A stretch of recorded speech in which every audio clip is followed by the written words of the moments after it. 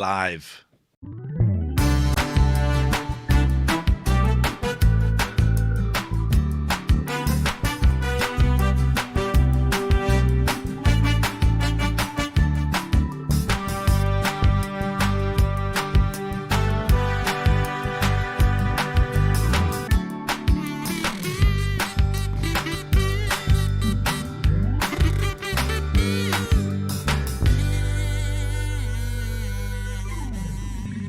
Yeah, don't bring party poppers to the Christmas show on the 18th because we got bollocked last time. Do you remember that, Catherine? Yeah, but what are they going to do to this time? They're shutting down. We can trash the joint. Do not We won't, bring jokes. party poppers. We're doing a live show in a week and a half. We haven't got anything for it. I'm hoping Amy brings the Play Your Cards Right cards. We need to learn a song. Traditionally, we have a song. So we need to learn a song. That'd be all right. We're selling digital tickets. We sold 4, which is good. Maybe I made them too expensive. I don't know what anything is worth these days. I don't understand. I don't know what is worth what and what is not worth stuff. Yes. Hello, Jim, Madebo, Andrea, Lulu, Visionary Lulu. I didn't reply to your email, but I did read it and I devoured it. Andrea, Catifa, Visionary, Melly, Graham, Linny, Zero, Super Saint Zermatt, Chickzilla Studio, Mark C. If I've missed anybody, there's a reason for it. No, there's no reason. If I missed anybody, you didn't, Waffle Lulu. You bared your heart, and it was appreciated. So yeah, there's digital tickets, but we sold 4. That's okay. That's the petrol money there and back, isn't it? Yeah, that's the petrol money there and back. Mark says, "Blimey, I just watched the Sam Teal's Christmas ad. I don't know what that means. Do you know what that means?" No. Okay, we don't know what that means. Is that American? Don't know what that means. Chickzilla Studio says, "I like Catherine's sparkly top." I just thought I'd bring a little bit of something. I'm getting hot now. I can't. Surprise! It's me! Surprise! Wow, I wondered who that captain was. I'm modelling myself on the fit captain from 1899. Yeah. I want to grow my hair like him. I want to lose weight like him. I want to wear waistcoats like him and collarless shirts with the sleeves rolled up. Finished 1899 today. No spoilers. I am very tempted though to do a private. What the computer game show guys would call a spoiler cast, where we just go behind, we say, right, we're going to just chat about 1899 and the whole chat is going to be spoilers. You're welcome to come and join us, but it will be spoiled. Yes. I'm tempted to do that at some point because... I would love that. Holy shit. Because there's a lot to unpack. What a show. What an ending. Well, Netflix, don't you do that thing where you don't bring things back for a second season. Don't do that thing, Netflix. Hey, Jimbo, nice to see you. Well, sorry. Well, what? I was going to say, you say, what an ending. And I said, well, but, or is it? I couldn't have asked for a better, there'd be no spoilers. I couldn't have asked for a better cliffhanger. I couldn't have asked for one. There was one, they did what I hoped they were going to. My sister said I'd be up for someone explaining it all to me. I don't think she enjoyed it. I nearly spoiled something. I can't spoil anything. There was a moment where you thought they were explaining it, and then it turned out they weren't. I loved it. I loved it. I thought they were all great. I really am going to be modelling myself on the captain from now on. He demands courage. Yeah. I enjoyed it. Bearing in mind he was wearing kind of Victorian garb for a lot of it, you might have to rein it in a smidge, otherwise you'll look costumey. Hello, Richard Barnes. I can do that. Oh, Richard Barnes has deleted his message. The captain was hot. Yeah, some show. So I think I have all these ideas. Today's show is gonna be a little bit miserable. Do you reckon, Catherine?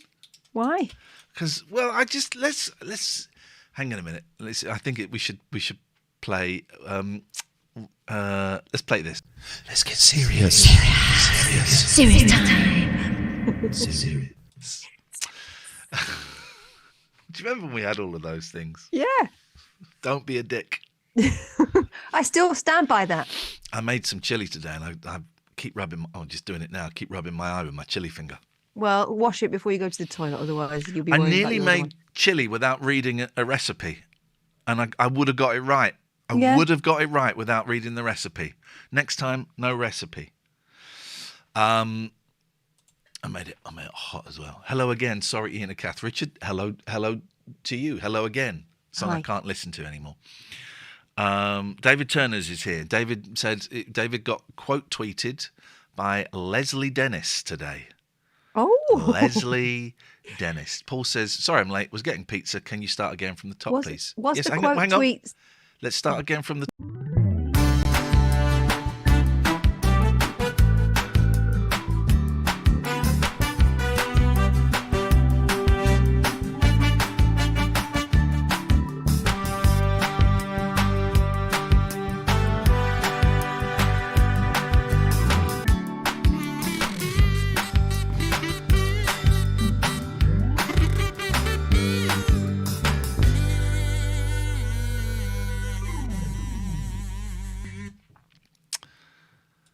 Hello. Oh, hell no. Hello, Lulu. Thank you for the email. I did read it, and I'm sorry I didn't get back, but I did read it. Thank you, Visionary. Chickzilla Studio likes your sparkly top. Quiet Bloke, Mark C, Jimma Debo, Andrea, Katifa, Visionary, Melly Pete, Chip Pep Pep, Graham, Richard, Zerma, Super Saint. If I missed you out, there's a reason. I still like that one. It's me. It's me. There we go. I wondered who that captain was. We are selling digital tickets for the Luton show. Don't bring party poppers. Don't bring party poppers to the Luton show. Do you remember we did this last time, Katherine? Yeah, we got done. And he told us off, didn't he? Mm. Well, a bit. What's he going to do? It's the last show. But don't bring party poppers. We're selling digital tickets. We've sold 4 so far. £7. I don't know what things are worth anymore. I put £7. I don't know what things are worth. I don't understand what things are worth. Still, we've sold 4. That's the petrol there and back, isn't it? And you're up to speed, Paul. You're up to speed. I hope you're happy with yourself. Yeah. Keeping the whole class behind because of you. Jimbo says, I've only gone and bought 100 quid's worth. Was going to sell them at a gig. That's me scuppered. No, none of these poppers, Jim. These ones, which you can buy from my local petrol station. I think we do know why. It's on the way to the A41, isn't it? Yes. It's a thing, right? It's a thing. And I've seen it when I lived in the Farnham Road. There was a toot shop near me that sold, there were a few actually. The waving Chinese cat, plastic containers, clothes, horses, stuff like that. Glitter cannons are fine, as long as they come out of your anus. They sold poppers. And then I was in High Wycombe on Saturday, and they had market stalls, your German doner kebab van, your Christmas pastries, all of this. And there was a guy, I don't really know what he was selling, but I know he had 3 trays of poppers. He's selling a good time. I don't think the people selling poppers know what poppers are, because they're labelled as room odorizers. Well, yeah. Room odorizers. So I don't think they know what they're selling. And just go to the warehouse and go, yeah, go on then. All right, yeah, okay. What's popular? We'll have some of them, yeah. Visionary says Camden had special ones apparently just for me. I ran. I don't know what that means. We talked a little bit about. Sorry, Paul, we weren't up to speed. What finished 1899 today? What an ending. Or was it, Katherine? What an ending. So don't play with that pen. Patty, please don't play with that pen. Yoshi, can you stop rocking the table? There we go. The cats have been told off. Headache in a bottle. Yeah, it's a headache in a bottle. The stall holder wanted you out back. Bloody hell, Amber. What an ending. We're going to do a show at some point. It's going to be a miserable one tonight. We're going to do a show at some point where it's right. We're going to do what the computer game show guys would call a spoiler cast.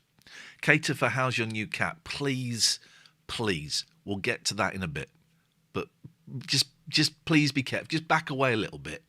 That could be described as online trolling, and we won't have that, okay? Please don't encourage any of my addictions. You might as well come on and say, Iain, I've got some cocaine for you. Please do not encourage any of my addictions. How did they know about the new cat? Because I tweeted it. I went, hello, who's this? And a lot of people said, I think it's your new cat, Iain. It bloody is not. So we're going to... so I want to do... 1899 ended perfectly for me. Ended perfectly. Wonderful cliffhanger. I mean, the perfect ending would have been if it was a contained season. I like it when it does that. Like that James Franco thing about saving JFK, which is actually really good. Apart from James Franco being in it. But I thought, what an ending. I loved it. There was a bit when I thought it wasn't going to deliver what I wanted, and then it delivered. And I found myself going, slowly, do it slowly, right at the end, slowly. It did start to barrel a little bit, and I didn't want it to. Slowly, do it slowly. They did it slowly. Be right back. Just got to catch up with 1899. Leave me behind. Don't leave me behind. All right, Jimbo, we can wait. Catherine was in a bookshop. I was in Waterstones today looking for ideas for books that I could then buy on Amazon for significantly cheaper. And have you still got your Audible? Yeah. No. I haven't. How about getting it back for one last book? What do you want? Well, Pepsi's written a book about Pepsi and Shirley, and I'm wondering if there's an audiobook of it. I very nearly bought the Pepsi and Shirley book by Pepsi today, but I'm wondering if there's an audiobook of it. Pepsi is not, as far as I know, done very much for the last few years. Give her a £5 for a bloody book, you tight sod. I don't want any more books. I'm going to have we talked the other week. Hey, look, Patty, why are you biting me? She likes to grit her teeth on things. You're just biting my thumb, my darling. I don't mind it because it doesn't hurt, but it's probably got chilies on, baby.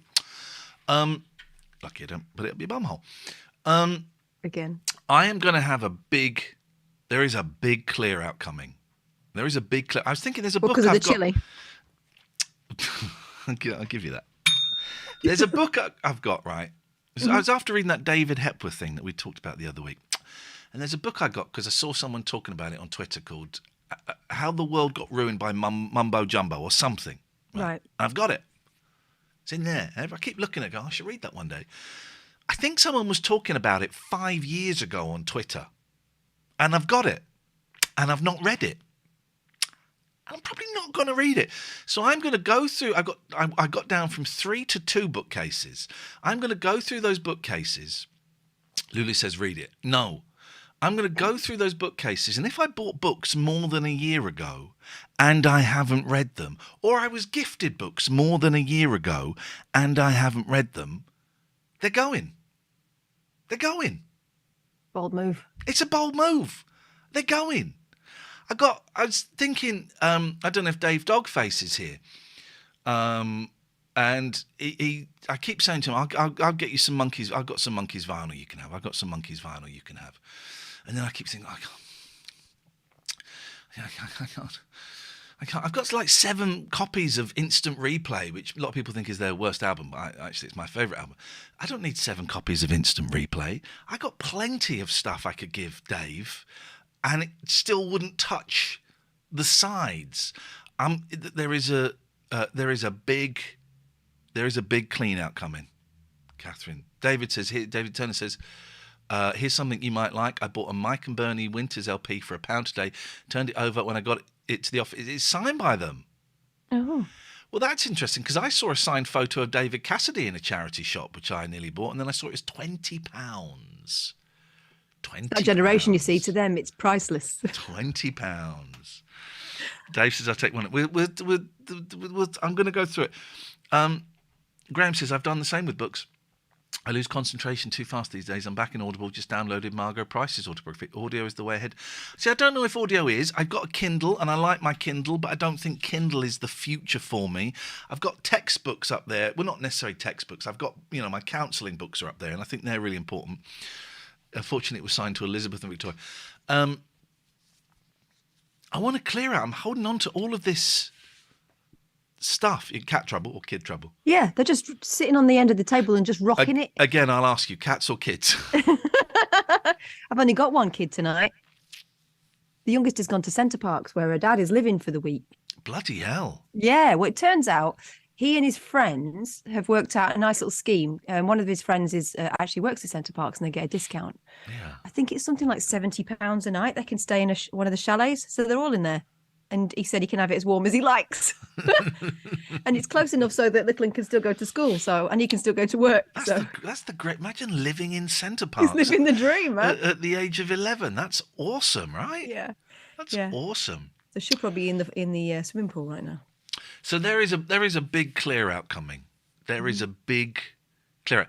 Katherine, you know, all of you use my upstairs bathroom because you refused to use the downstairs one. You walked past my room and my bedside cabinet was open, cables and books and magazines strewn. The other day everywhere. I said to him, "Oh, I haven't got my charger. I don't suppose you got one." And you went, "You don't think I've got a charger?" He disappeared into this drawer. and it's everything. That's all going. It's all going. There's a big changes coming. I don't know whether it's a generational thing, but I am a bugger for holding on to things just in case. Yeah. And the number of times I have needed something and then thought I held on to that, but now I can't find it because I've got too much shit. Yeah. What is the bloody point? And I would never tell someone how to, organize their life. I would love it if you just ditched every single one of those DVDs. You've got about 200 DVDs. When was the last time you watched the DVD? I do occasionally watch a DVD. When was the last time you watched a DVD? Probably in lockdown. Okay, lockdown was like a year ago. It might happen again. You never know. Let's just not be too hasty. I would love it. At some point, I will because put them all in a box. Silly. Take them all to a charity shop. Get rejected from the charity shop because they can't sell DVDs anymore. They don't care. It's the same thing with books, right? Because I was brought up to look after books. I don't break the spine or anything. They're all pristine. It's the same thing with DVDs. And I have all these books on my shelf and I think I've read that. I'm never going to read it again, but it's almost like a trophy. Yeah. And it's the same with DVDs. And what are you going to do with them? Your kids don't want them. No, they don't, do they? No, you die. Oh, let's clear out mum's junk. Or they have a lovely nostalgic moment and go, "Oh, she was right about this film. If only we watched it together." As they put them in a bin bag. It was only when I was doing my college course that I realised, oh, God, you're allowed to highlight books. You're allowed to actually damage books. My best English teacher used to get us to write in our books all the time. We wrote loads of stuff in there. And I felt very strange about it for the first few months because you just don't do that, Never been able to do it, but yeah, highlight stuff. I want to remember this. But it's your book. Physical. I need to do an action to make this important. I won't necessarily go back to it, but you can do it on Kindle. But it's not. I need to get a pen. I need to see. I need to physically do it for it to have an impact. I do think that is really useful if you're writing essays because you can go back and go right. There was that chapter and there was a really important bit. Let me just find it, and you've already done it.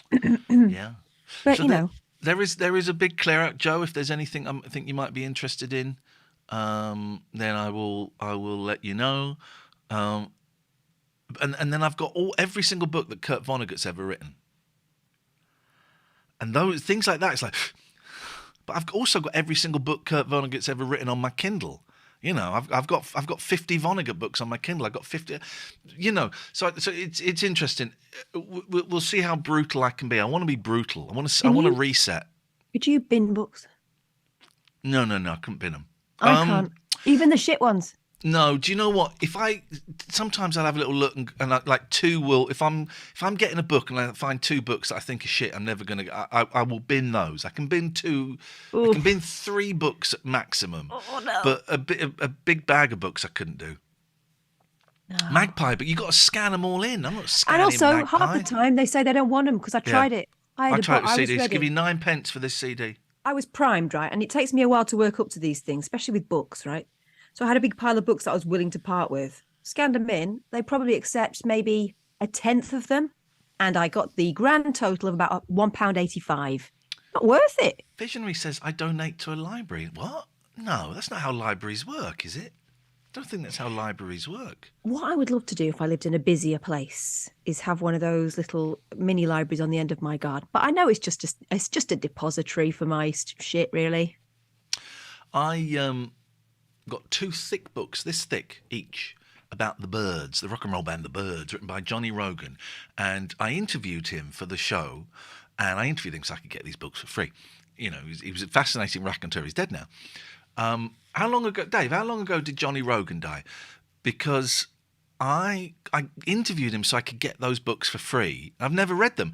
And I thought, about 2 months ago, I thought, do you know what? I'm going to have a go at these. But I couldn't break the code, couldn't get into it.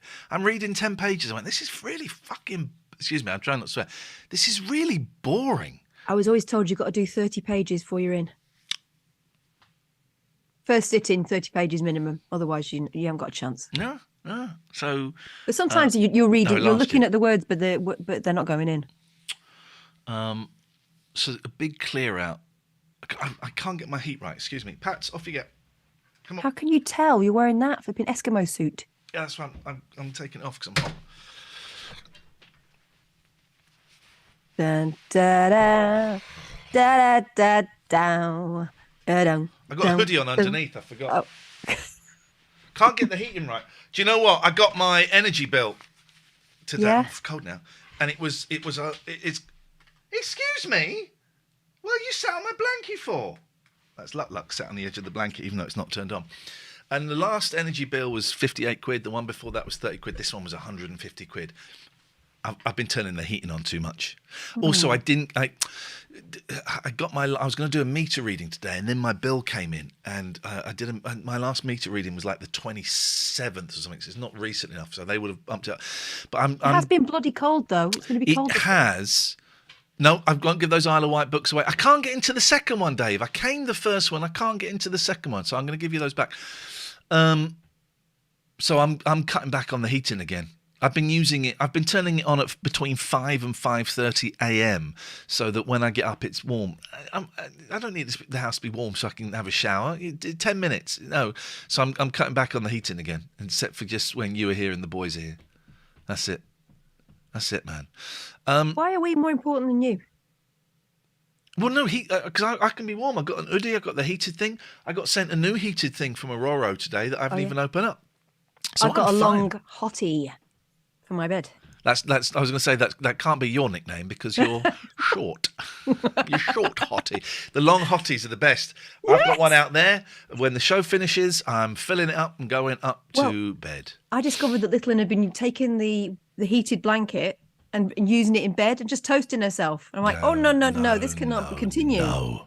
So I bought her one. I bought us both one as well. So we've all got one. Hers is a sausage dog. I can't remember what mine are. I think mine might be a sausage dog as well. I don't know.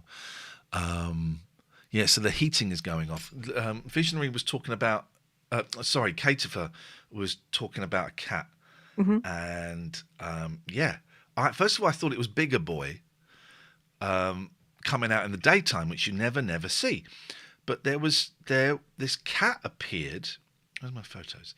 This cat appeared at my back door, and I didn't. Noisy. It was a noisy one. It was terrorizing. Oh, look at that! I don't know if is it going to focus? Yeah, look at that. Cross-eyed, big scar on his nose, and he's massive. And Katherine came up with a nickname for him that is politically incorrect. Big lad. No, you called him Fat Lad. You can't. I think you can call a cat fat. So he is beautiful. The scratch on his nose makes me think he's wild, feral. Yeah. And my other name for him was Rambo because he came out of the bushes all scarred up. I'm really cold now. And as you know, I genuinely nearly lost a hand to a feral cat. So I didn't want to strike him. In fact, I did chuck water over him to get. I can't deal with it. And then and he sat at the end of the garden. I thought, well. Now what do we do? Then I thought I can't have a 6th cat. However, what I can do is I can catch him, scan him. If he doesn't have a chip, I can rehabilitate him like I did with Big Boy. And then I can, what? How did Iain get another cat? Well, he tricked himself that he could give one away. And then I can give him away to be By which time he will have a proper name and he will have wormed his way into your heart. He's already halfway in. I saw the flash of temptation in your eyes when you were talking to him. It was. Do I chuck water on him, or He's delightful. Do I put some food out? If he's there tomorrow, he's gonna get Christmas lunch. Well, the scary thing is, we know at the moment a lot of people are abandoning their animals because they're too expensive to keep. So, but he was quite a big lad. I don't think he's starving. Quiet Bloke says, how many cats do you need to heat the house to a comfortable level? They do make the bed very, very warm. He is not an effing Pokemon. You're absolutely right. You haven't got to catch them all. It was exciting seeing a new cat in my back garden. I like that. I liked it. You didn't like it, Lucky, did you? Because he had pinned you down. She was in that position there. Not the face. Not the face. So yeah. Black and white though, isn't it? Goes with colour scheme. I love it. I love black and white cats. I like these snobby people that buy these posh cats. Just come on. Just come down to earth. I'm not speaking to anyone specifically, but just come down to earth. There's no more posh cats in the horizon for me. Sure. Andrea's right. Look at Ian's beaming little face when he talks about cats. You know it. You know it. That's why when he says, "I could just catch it. I could just." It's like when he said, "Oh, I'm just gonna go and have a look at some kittens." Yeah, sure you are. Just have a look. And what I'm gonna do, I can't get my temperature right. I'm gonna take the hoodie off and put the hoodie back on. So would you excuse me? Right. Okay. Gosh, what trousers you got on? White trousers?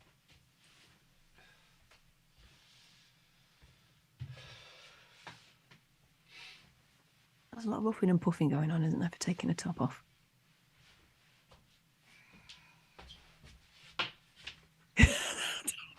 What? That hoodie will never not be delightful. I really like it. I still can't answer I had to get a delivery came today and I had to take it off. I can't do my online meetings. No, it looks like you're not taking things seriously. Luke says one of the best bits of my job is I meet cats all day.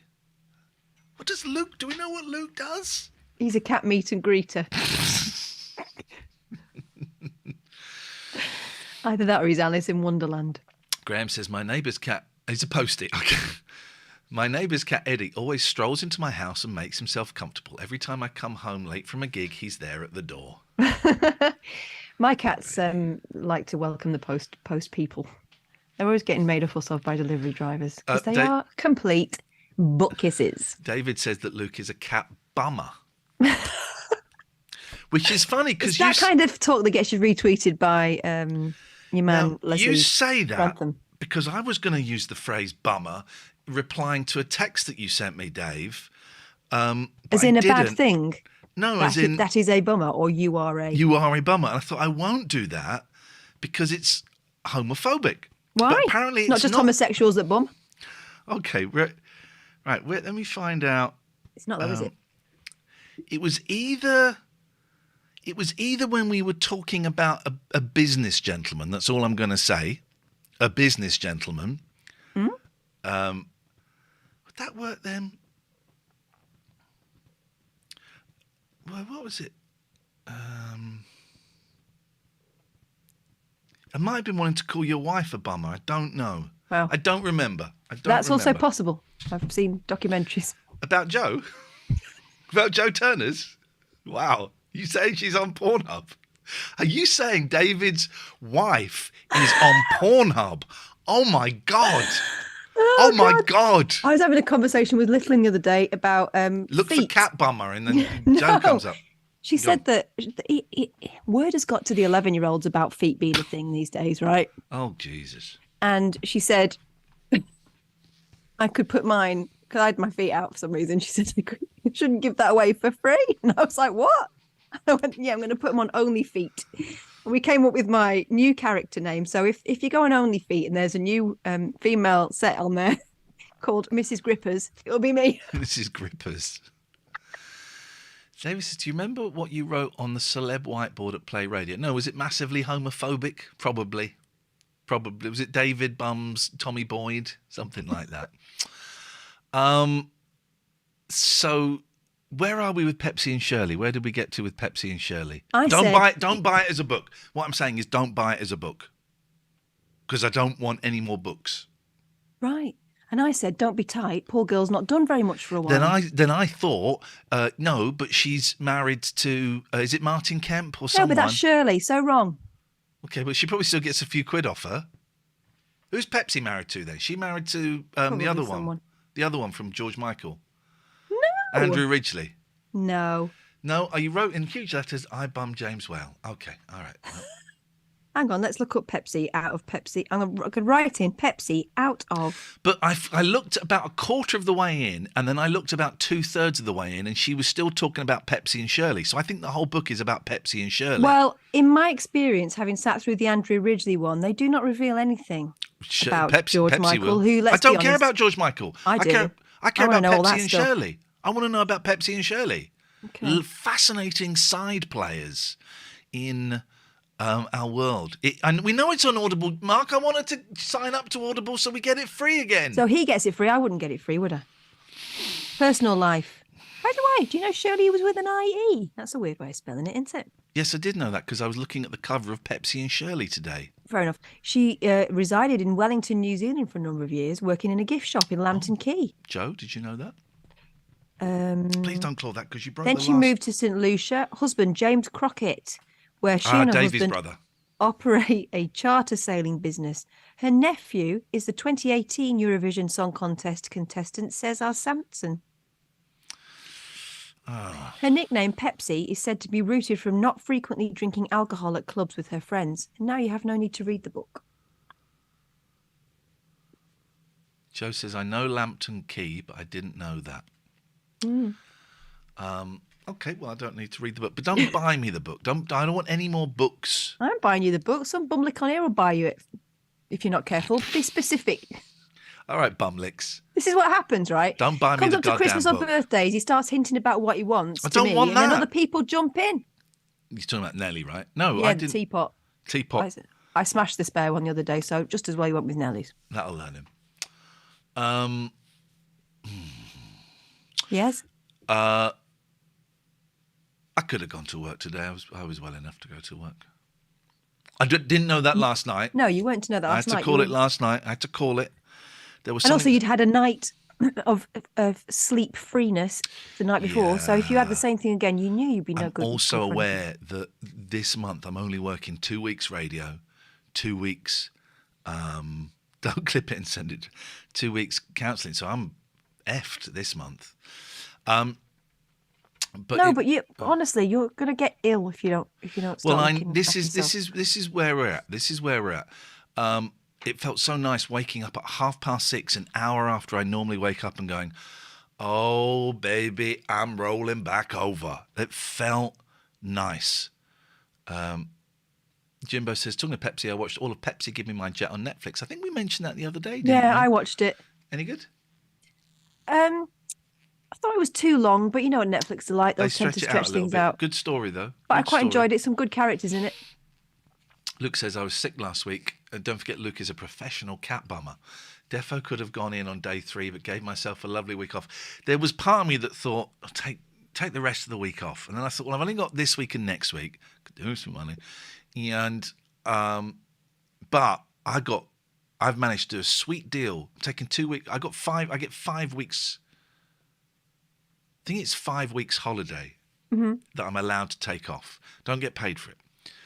But I used quite a bit of it early on. So I came up with a sweet deal. I said, look, I'd like to take 2 weeks off over Christmas, but I only want it to count as 1 week of my holiday. And they went, yeah, okay. So my plan is next year to take some time off like every other month. I think you need to pace yourself. Careful. I don't like Katherine. Oh, we need that. No,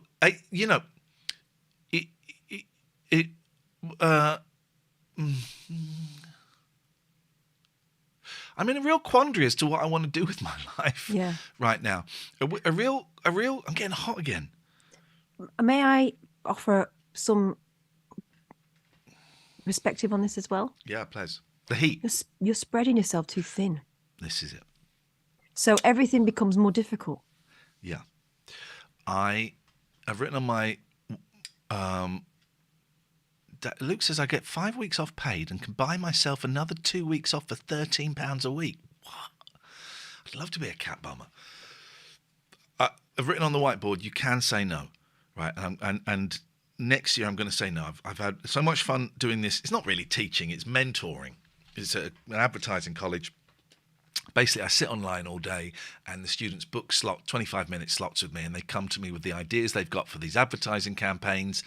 And I sit there and go, yeah, I like that one. I don't like that one.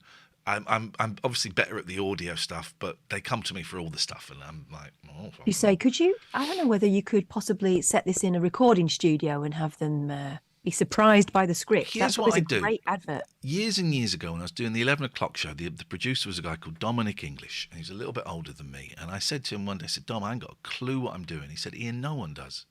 He said, I know this guy that runs this big production company, right? And he doesn't have a clue what he's doing. And when people come in and ask him a question, he sits there, he thinks. Sometimes he gets up and walks around, and all he's thinking in his head is, I haven't got a fucking clue, I haven't got a fucking clue, I haven't got a fucking clue. Then he sits down and goes, yeah, I think we should do what you suggested. And that's kind of what I've been doing with this thing, is people bring this stuff to me, and they have like professional, copywriters and designers and all of this, and there's me. And they bring this stuff, and I just sit there and go,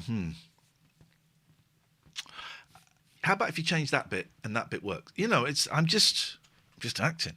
Anyway, please don't, because you did that to the last heated blanket and you broke it. He's speaking to a cat, not to his private parts. So I'm gonna say no to that in the new year. Gonna say no. It's only once every month or so now, so it's it's not massive. I'm gonna say no to that. So I called my sponsor yesterday because my head was all over the place, and I said, and he said, do it, write a life inventory, and basically write down everything I'm doing.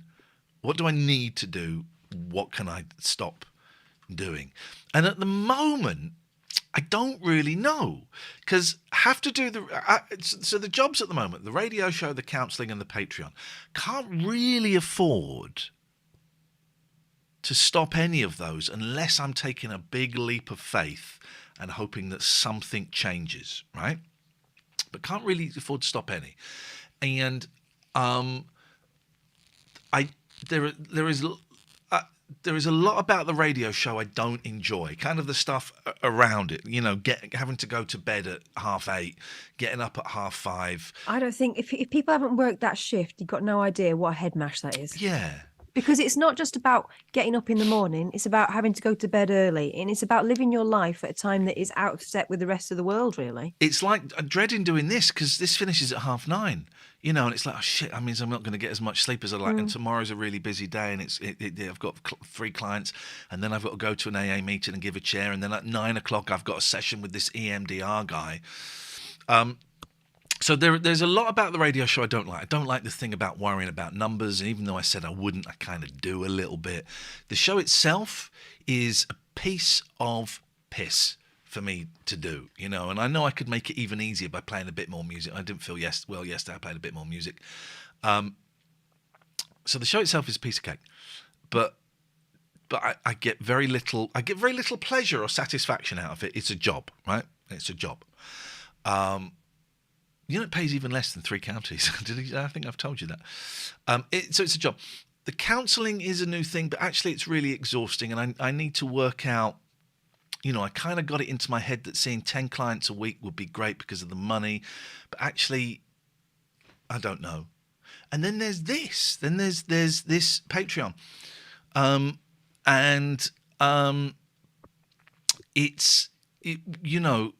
Again, I couldn't afford to walk away. We've talked, Katherine, about actually there will be some great satisfaction in being able to end this because it means we've moved on to the next part of our life.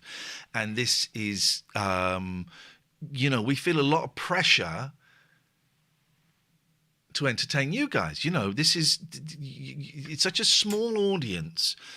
And because this is my thinking anyway, maybe you want to explain your bit in a second, Katherine, but it's a small audience.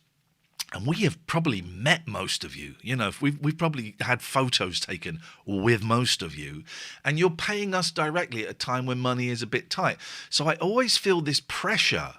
I was reluctant to talk about this stuff because it feels a little bit self-serving, but here we are. I always feel this pressure to do something special for you, and more often than not, I come away from these shows going, "I was a bit shit. That was nothing." I'm not saying this so you put comments in the chat. It's not what this is about. But I will come away going, "Oh shit! I didn't really give them their money. Are they gonna?" There's a real uncertainty as the numbers go down every month, slowly, but they go down. It's hard not to take that personally as well, and there would be a real. I don't know what the word is. I'm going to say pleasure, but that's not the word. There would be a real sense of something at being able to walk away from this. However, I can't. And there's Katherine. There's a chance that you might not be able to do this anymore. And I've said, would you mind if I still carried on doing it in a revised format? It'll probably be one show a week or something. I don't know, but what I'm trying to say. I don't know. What's your thought on these Patreon shows? How do you at the feel? moment, these are my sole reason to have a wash every week. This is your income, isn't it? Yeah, but also it's kind of something to aim for that's set in stone. You know, there's being busy and being too busy can feel suffocating, but not being busy enough. Yeah. I find really depressing. I realize that I set a lot of my self-worth in my work, and I don't have much of an outlet anymore. So I quite enjoy these shows. I'm also quite excited by the idea of doing something completely different away from radio and away from being kind of more of a public facing, that kind of thing. But I don't know. It feels. I really love this show and I love the community and I'm proud of the community that's been built up around it, right? They're such wonderful people and I know that you help each other just as much as you help us and we help you, right? I think it's great. And I don't like continually having these conversations and make it feel like we want to be somewhere else, because I don't want to be somewhere else. When we're here, you know, and I know that Iain doesn't. When we're here with you. But I don't know, it was kind of born out of something temporary, wasn't it, this show? And I feel like I said it before that I feel like I want to put my feet on the floor again. You know, I feel like I've been in free fall for a few years. Yeah, the last few years have been shit. You've suggested that maybe you are done with. I use the word. I don't want to do radio again. People keep very kindly suggesting that I contact various radio stations and stuff, but I don't want to do it. I don't want to do it. Visionary says, Iain, seeing you in action the other day blew my mind. You really downplay it. Thank you very much. What action's that? They're doing the radio show when she came into the radio show. Oh, right, okay. I went to an AA meeting in a church, and in the toilet in the church they had a little someone had left a little aftershave or a perfume or something. I can't remember what it was. It now smelled nice. Anyway. Was it poppers? So, yeah, and this is not in any way to say we hate you and we hate doing this. I think there is an element of resentment for all three of those things that I'm doing. The radio, the counselling, but only because the counselling comes straight after the radio. So I come here. I normally get home about 11, and my first client on a Monday is at 11:30, and I really enjoy seeing the clients. I'm really, really enjoying that work, and I'm finding it so satisfying and so rewarding. It's coming straight. It's coming on the same day that I'm doing it'll be great to be able to be a counsellor on days when I'm not doing a radio show. I think you just got too much on, and I don't think you can enjoy anything when you're feeling like you're always watching the clock for the next thing. But it's that thing of in the last 2.5 years, I've just eaten into my savings. And I said last month or the month before, I can't remember, was the first time in 2.5 years that I was able to actually put a few quid away. And that was an amazing feeling. And then I've got in my head this ridiculous idea of converting the garage into 2 more bedrooms, building an extension out in the house, converting the garage into 2 more bedrooms, because you just don't know what's going to happen. And that's like £65,000. And so in my head, I'm thinking, right, I can work and I can save that. I can't save £65,000. I certainly can't get a loan, because my income for the last 2 years has been about, my taxable income has been negligible. And I did go to the guy that got my mortgage saying, can I get a loan? And he went, I went, okay, right, fine, cool. So I got this ridiculous idea in my head. I could earn all of this money so that I could convert the garage. I can't earn that money. It's a fantasy. So I need to let go of that. I'm so tired, and I feel a bit. We'll have some fun in a minute, I promise. But I'm so tired. I feel a bit lost, and yeah, I'm doing too much.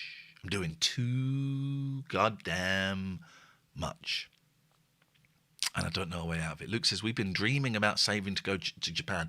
Realistically, it's impossible at the moment. Do you know what? I'm so glad I started saving. It was a present for the boys last Christmas. And I started saving a few months before that. So saving about 15 months. I'm glad I started saving then and selling stuff. I sold a lot of stuff. It was more selling than saving. Selling some couple of rare guitars and stuff. And loads of monkey stuff. And I'm glad I did it then.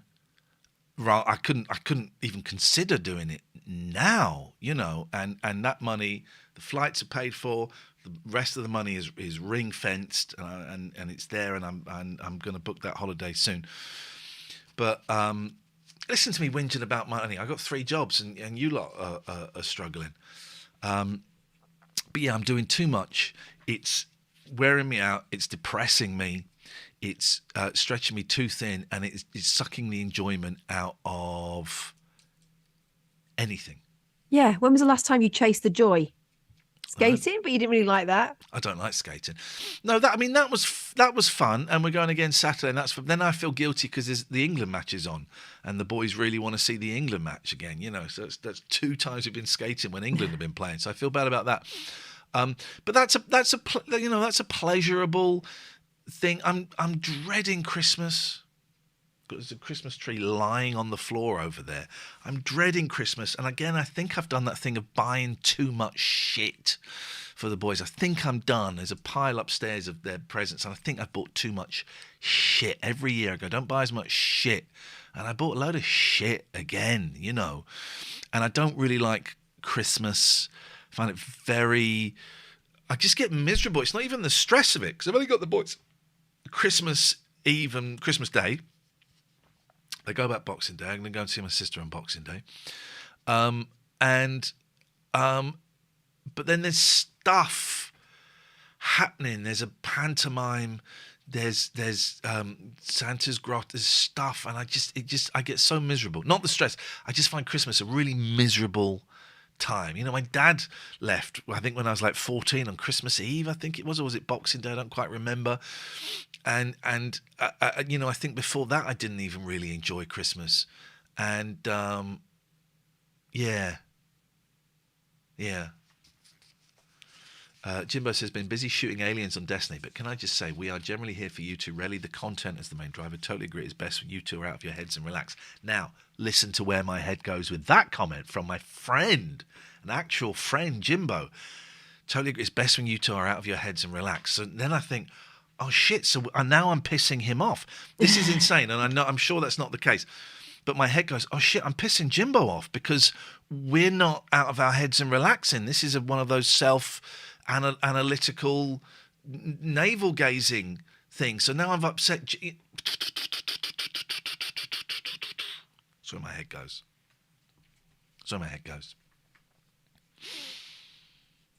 Anyways. That little moth likes to find somewhere to land, doesn't it?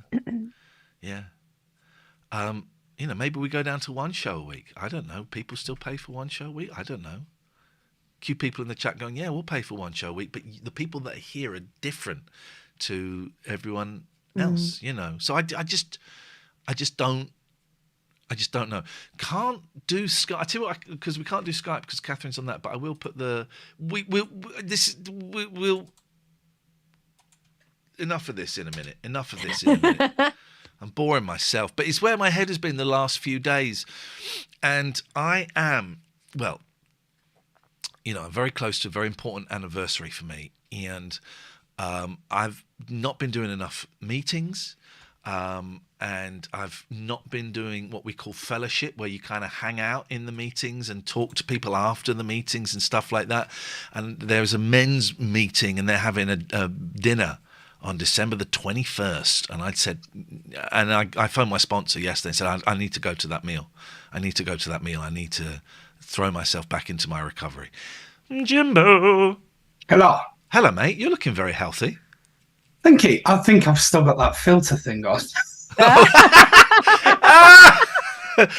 Well done for admitting it. Most people just go, "What this old thing?" Little baby face. It's only because I'm a lot more unshaven than I look on the picture. Oh, okay. You look very smooth. They describe you as a very smooth man. I've definitely got some lines up here that aren't showing. So okay, all right. Well, use a filter. And obviously, you're not pissing me off. Yeah, no, I know.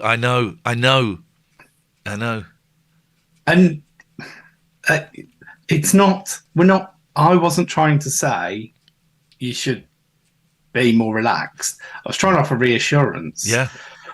But I know how difficult that is for you. And I can see that. I'm at this weird balancing point where I can see that. And my head is telling me something else, but I'm aware that my head is lying. And that's why I verbalized it, just to illustrate where I'm at the moment. I'm fully aware what your intention was in that sentence on that post, and it was conveyed. But my head... Kath, there's someone behind you, mate. It's Willow. Okay. She's farting about behind the curtains. No, she's being very friendly to my leg. You're not being fed again, so we can stop this charade. I've got 2 cats on there. I love it. Go on, Jim. Sorry. No, I mean that was the main reason for calling joining the Zoom was, I think the vast majority of the people that here love you guys, and I think you've given so much to everybody. I've said to you privately before, it'd be sad to see the show go, but if it's time, it's time. It's got to be right for you two. It's it's funny. There's a couple of people who, if they don't appear for a while, I really worry that I've upset them. You're one of them, and Matty is another one, and there's a couple of others. If that name doesn't pop up for a while, I think, oh shit, because I really care what you two and some other people, what you two think. I really respect your opinions. If you don't pop up, and I know you've got new jobs and houses, and destiny apparently is more important. And doing it at the same time, I just can't type in the chat. But if I don't see those names, don't forget, there's two massive fans of you. Well, 3 really, because Basil loves you too. Quite often, Jenna will have hers on, and I'll be sat next to her on the sofa listening. And you don't even have to say that or explain that, because I know you've got so much stuff going on at the moment. But my head goes, oh shit, I've pissed them off. And just ask. Yeah, Just what's happening? Yeah, and I'm worried that it sounds like we don't want to do these shows. We hate doing these shows. There is a part of me that is doing these. There is a significant part of me that's doing these shows because I can't afford to not do these shows. Anyway. But the question you've got to ask yourself, right? And Katherine made this point earlier about you spreading yourself too thin. Did you enjoy doing these shows before you had the breakfast show? Yes. And it's a capacity issue. That's all it is. It's a capacity issue, a logistics issue. I worked early shifts for years. 6 o'clock starts at work, so I was getting up at 4:45, 4:30, 4:45 to get from Wolverhampton. That's proper night time. 4:30 is still night time. Horrible, and that's why I have left my previous job. That it was doing me no good getting up at 4:30 for an early shift. Plus, I've been working shifts pretty much for 16 years, and that's enough for anybody. It's horrible. And exactly what you said. I've got sleep apnea because I'm carrying too much weight. By the way, I'm now up to 2 stone 6 lost. since July. Congratulations, Yes, well mate. done. Well done. Well done. Well done. Thank you. But my sleep apnea is from poor sleep patterns due to shifts. That's what my Yeah. sleep consultant told me. So, you got to look after yourself. But then equally, you got to pay the bills. So It's that thing, isn't it? but you can't. It's got to be a temporary situation for you because, and if it looks like if you didn't do the breakfast show, you could do 10 clients. That might be the way to go. Well, I've got 8 clients at the moment. I could do. I've had 10 at a point, and I was doing the maths to make what I'm making with the radio show. I would need I'd need about 12 clients a week to make what I'm making, what I make with the radio show, but so if I was to quit the radio show, I'd need to be doing 20 clients a week to make what I was making with the radio show and what I'm making with clients at the moment. Anyway.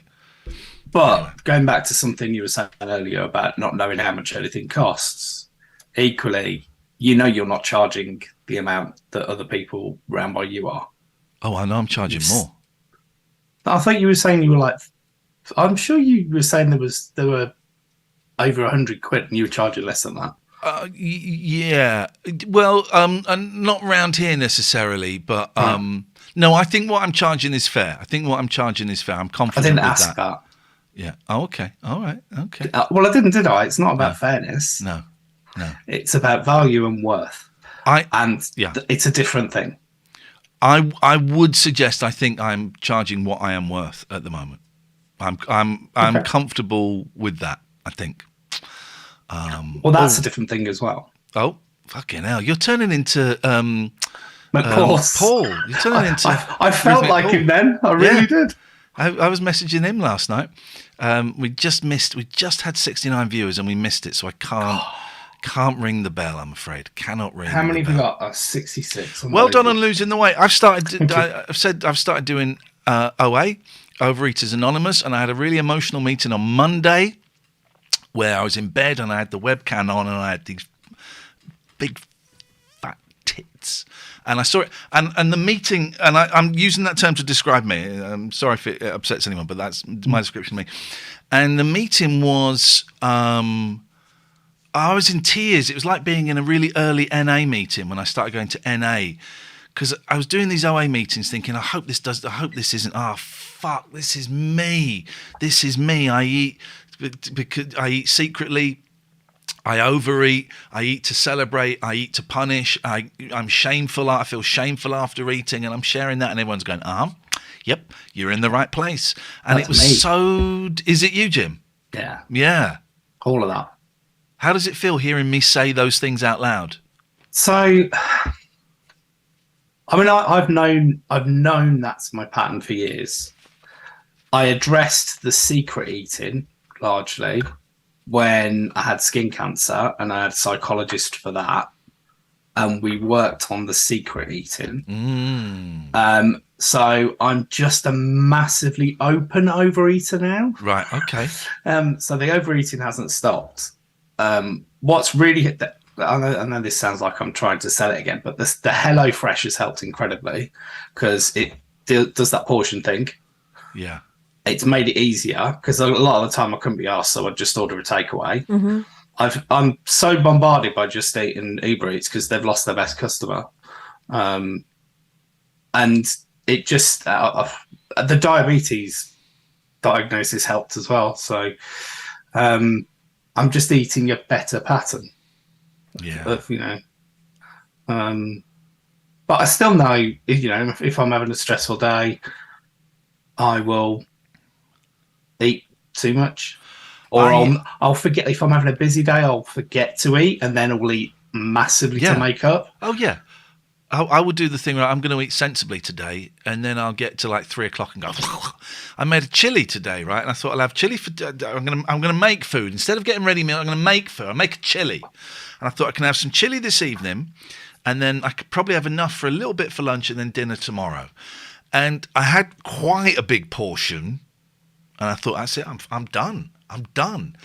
I'll go and put the rest in the fridge. Suddenly I tipped it into my bowl and done a dollop of yogurt on it, and I'm sat in the living room. There's 2 portions in one bowl.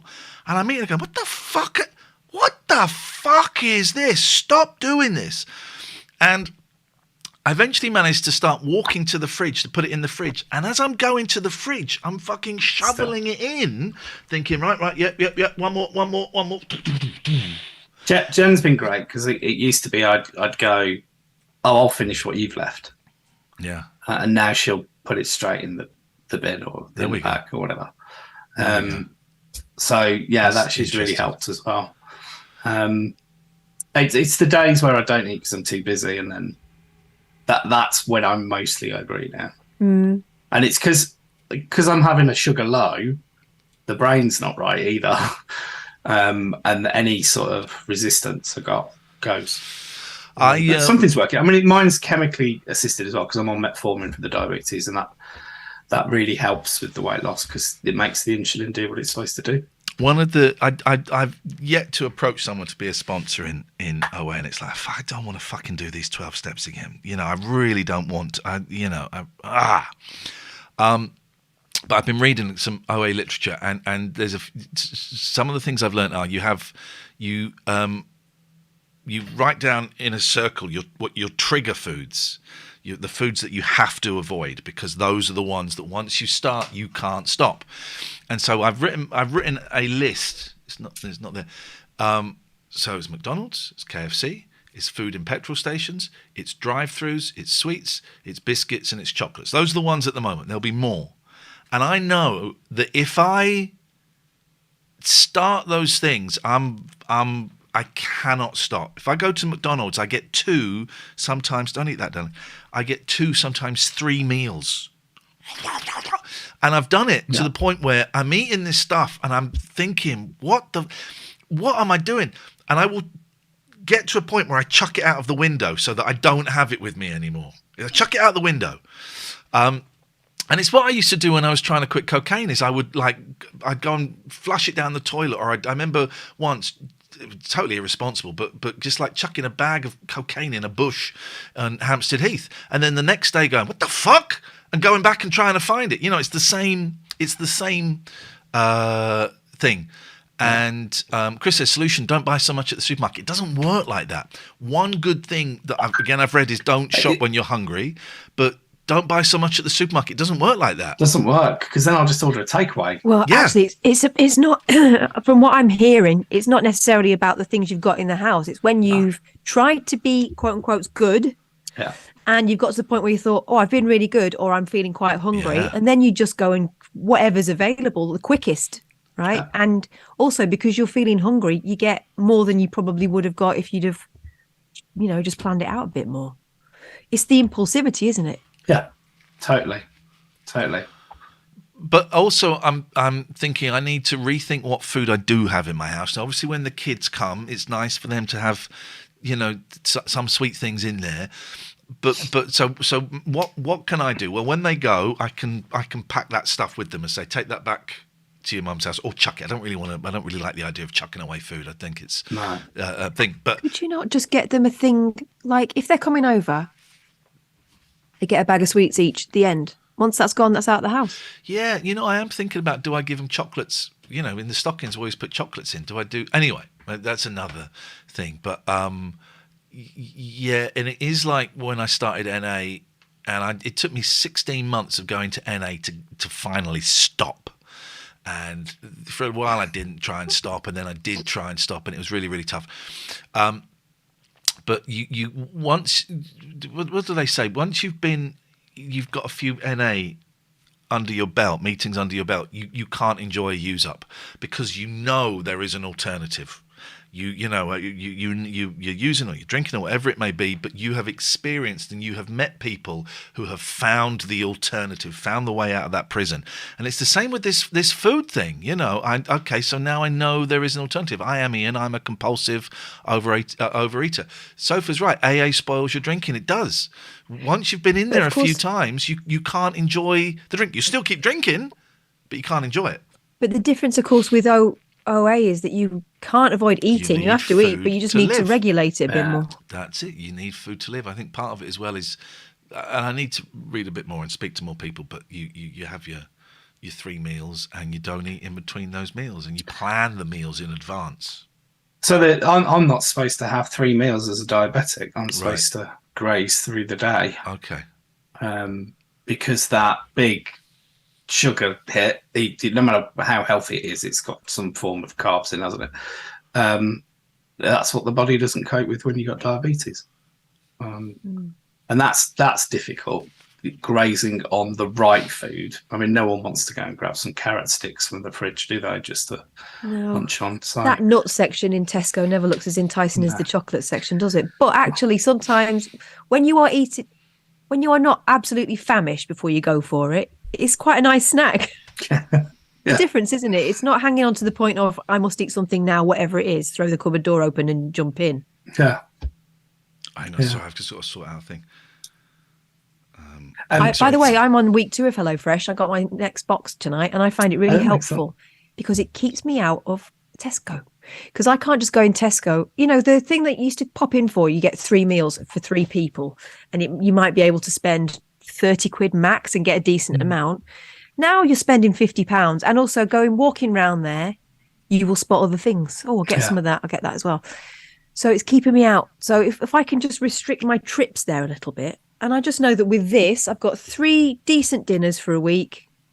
It allows for a couple of nights where they might just fancy beans on toast or scrambled eggs or something. So you don't have to eat a massive dinner every night. No. And it's job done. And the main thing is less wastage. So much less wastage. Because I was buying things for what I fancied on the weekend, and then it comes to Tuesday and kids don't want that. Yeah. And also everything's in packs of 2, and there's only 3 of us in the house now. So there's always an extra thing, you know. But we found online shopping really helps as well. So we haven't done a big shop in a supermarket since before lockdown. No. And we've got delivery, Sainsbury's Delivery Saver. We just order what we need, and waste has gone right down. It requires a little bit of thought and a bit of time, but actually after you've done it a couple of times, you've got your set things that you always have, and you just put in the variation for the week, don't you? And the odd time you forget to do it, and then you get a really cheap week when nothing turns up. Or you get a cucumber. Who was it that ordered a cucumber once? Well, didn't Iain get some banana? Oh shit! Yeah, I forgot. You put one thing in the trolley to get the book slot. the slot. Yeah, that turned up. Sorry, I'm just trying to sort out a childcare thing that is now a thing. I thought of you earlier, Catherine, when you were talking about the potential job, whatever that is. Yeah. I'll pass via Iain the details of where I'm working, because I think you've got some transferable skills that would suit us very well. Oh, that's interesting. Please do. So I'll get the details across. All right, thank you. I appreciate Jim works that. in a sexy ass factory. I have an ass. I can learn the sexy part. Yeah, they give full training. I'm just finishing mine. All right. It's normally only 2 days. It's 4 weeks now. It's really appreciated. I'm still hanging on, waiting for this. I applied for a job and I should be hearing in the next few days. But of course, to people who are not waiting for a job because they haven't already got a job, a few days is fine. But to me, it's torture. So let's see. And I don't know whether I'm waiting for an email or a letter or what. So I'm just in that place where I would really like it, but I'm trying not to imagine myself in it too much. Yeah. Not daring to hope. Yeah. Yeah, I know that feeling. That was It'll the last 12 months. Yeah, it will be all right in the end. I'm just trying not to torment myself too much about it, because it's just me doing it, you know. And it's that whole thing of having to wait for someone else to do something. You know, it's not like I can. I'm used to doing this job, and before when we worked in the radio, if we wanted to do something, I made it happen, and it was turned around that day. And I'm not very good at sitting back and letting other people do their thing. That's another reason this might be ideal for you. All right. They use the phrase. So I'm working for a consultancy firm, and they use the phrase "bottom up accountability," which I just burst out It's laughing. back Which to means cat what? It's bumming. like, this is all on you. We're back to cat bumming. Yeah, but it's you being. They measure your utilization, so how much billable work you've done, and if you are not hitting whatever your contractual utilization is, mine's 95%. So I've got to be pretty much sold all the time. Yeah. Then that's when they get into performance stuff. But I'm lucky because everybody wants to be on their projects, so it's great. But that's exactly what you need, is that attitude of go and do it, make it happen. Mm-hmm. And I'm being told to slow down, that I'm overutilized, and they can only sell me for 37 hours a week. So why am I available for more than that? Right. It's really Interesting. good. Really All good. right. I'll get the details across to you. Thank you, Jimbo. I appreciate that. Thanks, man. Always lovely to see you. Yes, lovely to see you. Can't wait to see you in Luton. Yeah, we need to work out. Well, we don't need to work out what we're going to do because we never really do anything. But we need to learn a song, Catherine. If anyone's got any Are we suggestions doing for a something song, Christmassy, or are we doing something cool like we always do? we always do something cool, don't we? Do you know what? I haven't thought about this. I do starting to feel incredibly underprepared for it. Do we know if Amy's gone very quiet? Has she got those giant? She sent me a recipe yesterday, so she's still about. Has she sent you a recipe for giant? Play your cards right cards. No, it was for a Bailey's chocolate cake. Okay. I was going to say, we've been talking, the mods have been talking to Amy a lot, so we know she's alive. Okay, well, are those cards alive? That's what we need to know. Yeah, did she find them in the cupboard? The whole show is based around those cards. That's it. As I'm coming, should I have a monologue prepared just in case you run dry? Yeah. Yes, please. Yes, I'm sure everyone please. will love that.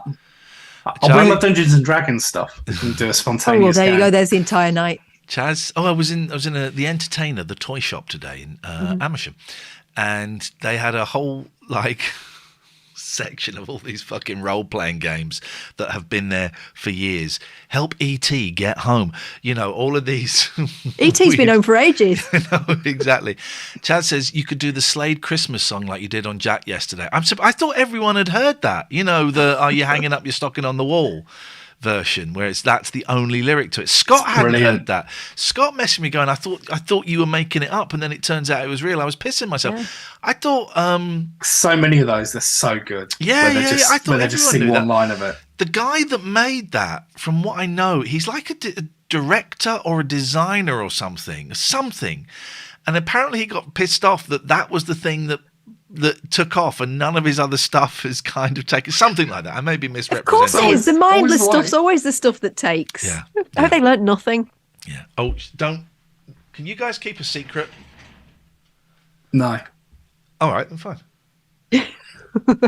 Simple. Okay. Your honesty. All right. You keep this is a secret, right? So Will has never had a stocking before. Oh yeah, because he's an only child. Oh look. Will's getting a little stocking. We might It's put so some lovely. stuff Could you fill it with coal? I'm going to put a satsuma in there, bar of chocolate, and a load of old shit. I told you about my friend's granddad, who every year it was like, if you're naughty, they take they take a present out and they put a stone in. So be good. And every Christmas, apparently, they'd all open their stockings, and Granddad would just go like this, and loads of rocks would fall out. Not again. Brilliant. Yeah, no, I can't wait to be someone's annoying. I want to say Granddad. Well, anything's possible these days, Catherine. Exactly. Why not? Will's lovely. Did he use the clip of when you played Fortnite? Did he play that to you at all that I sent him? No. Oh. You will I get like Will. He's got a bit of the scoins about him, I think. You will get to meet Will and his girlfriend on the 18th of December. Hey, excellent. He's coming. Is Joe coming as well? Joe has expressed no interest. I'm astonished. In coming. So, no. Oh, by the way, they do book tokens. I keep seeing adverts for them. Yeah. But if gardening tokens are still a thing, book tokens have got to be, haven't they? Yeah. I was at Dobby's today buying a Christmas tree, and queued up for the till, and about 6 people in front of me, and the tills are broken down all across the Dobby's network. Wow. And there was this poor young woman at the till looking mortified. I'm really sorry. Everyone was seeing fine. And then the queue got bigger behind, like 12 people behind me, and there were 3 tills, but none of them were working. And then this guy came out and was being all, oh well, this is, and trying to entertain us. Oh no! Just please, I've got my AirPods in. I'm listening to the computer game show. Everyone is fine. Everyone is fine with this. We get it. You don't need to talk loudly and entertain us. Please go away. Do you want to hear something slightly heartbreaking Go on. related to Dobby's? Oh, don't tell me that was your dad that was doing the entertaining. Dobby's was my nan and granddad's favourite restaurant in the world. Oh, that's not sad. They do great food there. I get it. I mean, obviously, there's... Well, it's nice enough, but No. best in the world? No wimpy, is it? I'm with your nan and granddad. I wholeheartedly support Dobby's. I haven't done it for a while, actually, but I used to go there for a nice breakfast. We did that the other weekend. Yeah, they used to do a nice one of those really round black pudding. My dear departed grandmother on my dad's side and her husband, he's a man of habit, as I may have mentioned before. I think he's Asperger's or something, basically, undiagnosed, but it makes a lot of sense. And he's a man of habit. He likes to know when he's eating, likes to know where he's eating, he likes to know what he's eating. And the best way to do that is to do exactly the same thing every week. Yep. So they used to go to this this sort of carvery type restaurant every Thursday. Used to go every single Thursday.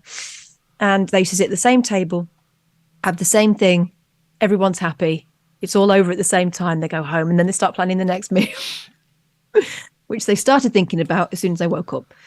So on this particular occasion, they went in there and it was full of strangers. There's lots of people and they were very smart. But grandma, and they seemed to be doing things a little bit differently in that you didn't have to go up to the hot plate where everything was out. So grandma and Terry helped themselves to a couple of plates, went and sat at their usual table and continued with the food, only to realise about 20 minutes in that they were actually at someone's wake. Wake No crashes. one had asked them because they're old. They probably know someone. Yeah, wake Amazing. crashes. Absolutely amazing. I apologise for keep checking my phone. It's just... So I'm used to it.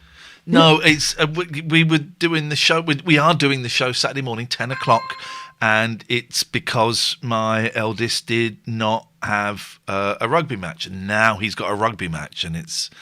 Oh, okay. We're still doing the show 10 o'clock Saturday morning because this is my job.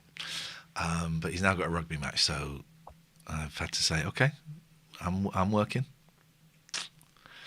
So let's see. There'll be a way around it. What's frustrating is it's in Aylesbury. Normally his rugby matches are like Reading way. This one's in Aylesbury, and it would have been. It's literally. It's good news because it means he's just been moved up to the B team, which he's thrilled about. So suddenly he's got a game that he hasn't. There we go. This is me. This is a wonderful, wonderful thing. My boy has moved up to the B team, and he's thrilled. And I'm Brilliant. going, yeah, but it fucks things up. It fucks things up for me. That's where my head is at the moment. He's in the B team. That's the good news, and that's brilliant. And we will make it work on Saturday. It's how these things go.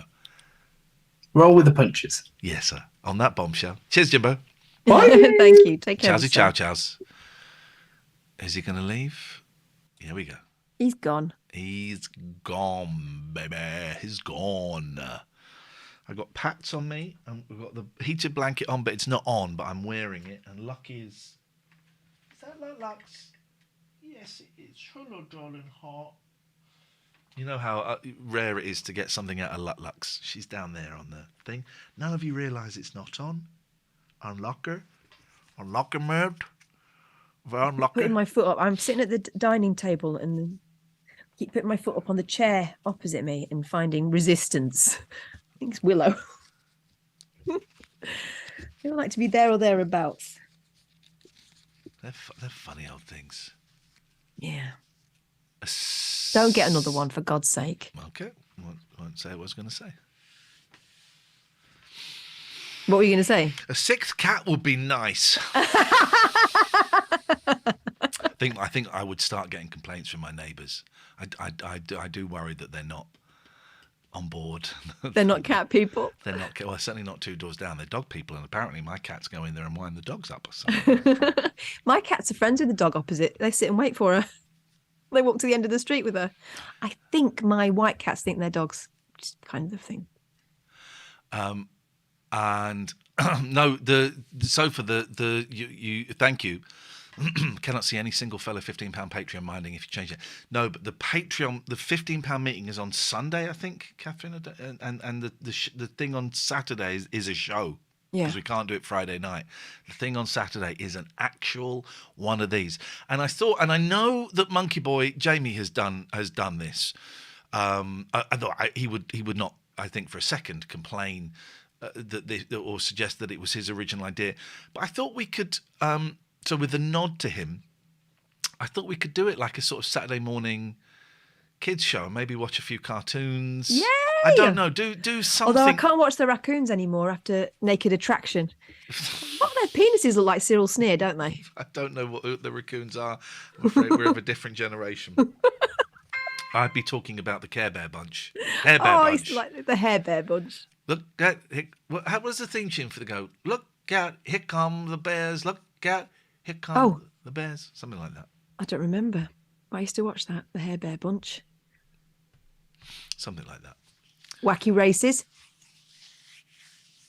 Stop the Pigeon.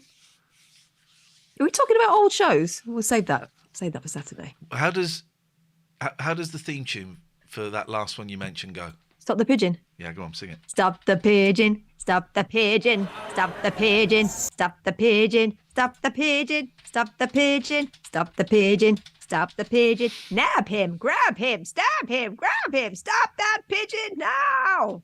A lot of people thought it was Catch the Pigeon. Oh. But I think you're right. I think you're right. Share So screen. Stop the Pigeon. No, I think it is Stop the Pigeon, but a lot of people think it's Catch the Pigeon. Well, Catch it the makes sense. pigeon, catch the pigeon, catch the pigeon. Share sound. Okay, let me zoom screen. Make it bigger. Bigger still. Thank you. Okay, so here we go. Inside, we don't stop. From the birds to the block, we don't stop.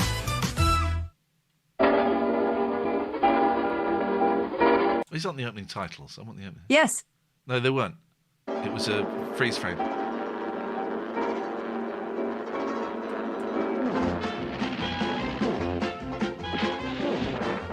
It used to really fuck me off they couldn't catch that pigeon. Honestly, it used Well, to if they'd have caught really- it, that'd be the end of the series. Yeah, I know, it's a pigeon, and they would get so close. It's like Wacky Races, which is one of the best computer Effing games on the Roadrunner. Dreamcast. The Wacky Races, though, Dastardly would sometimes get really close to winning, but he was such a prick, he'd mess it up. Dick Dastardly's right. Snickering floppy-eared hound. When courage is needed, you're never around. Those medals you wear on your Washington chest should be there for bungling in which you are best. So stop the pigeon. Stop the pigeon. Yeah. Okay, so who does the voice for Dick Dastardly? I wonder what he looks like. Who does the voice for Dick Dastardly? You want the original one? I want the original. So there's I want the original. Okay, so there's the original. Paul Winchell. Hang on. Oh, are these the foreign ones? They must be, yeah. Chikao Otsuka, Dmitrij Costa, and Vladimiris Bendnarski. All right, so he's the Vladimir looks like Dick Dastardly. this is our guy, right? Yes. This is our guy. Tigger and also Gargamel. Holy shit.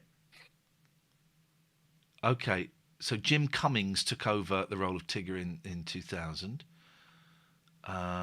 He was an amateur inventor, built a patent, the first person to build and patent a mechanical artificial heart. Holy shit. Wow. I'm starting to feel like an underachiever. All right, well, I want to hear Japanese Dick Dastardly now. Dicko Dastardly. This is what Saturday's show is going to be. What the fuck? I don't want this shit.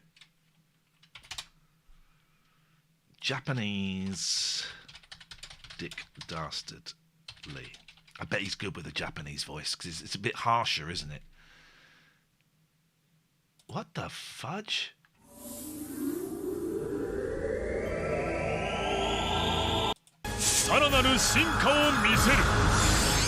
Everything sounds dramatic on Japanese TV. ここ常夏のハワイからお送りする平和ラディオステーション。ハワイならではのご機嫌なナンバーに乗せて Who is this guy? 仙台情報を紹介しちゃいましょう。さあそして本日は驚きのゲストが来てくれました。Come on! Come on! Wow! ケンケンだ。Japanese TV, you know when they do it in movies like Lost in Translation, you go, it can't really be like that. No, it's worse than that. 遊びに来てくれました。こいつらハワイで一体何をしてかすことやら。SS 第2弾となるニューマシンには今までにない It's a pachinko machine. Mm-hmm. It's a pachinko machine. それは1玉。It's a pachinko machine. Why are we watching this? Okay. So hang on. Chikao Otsuka. Chikao Otsuka. There we go. Voice acting compilation. Will it have Dick Dastardly on?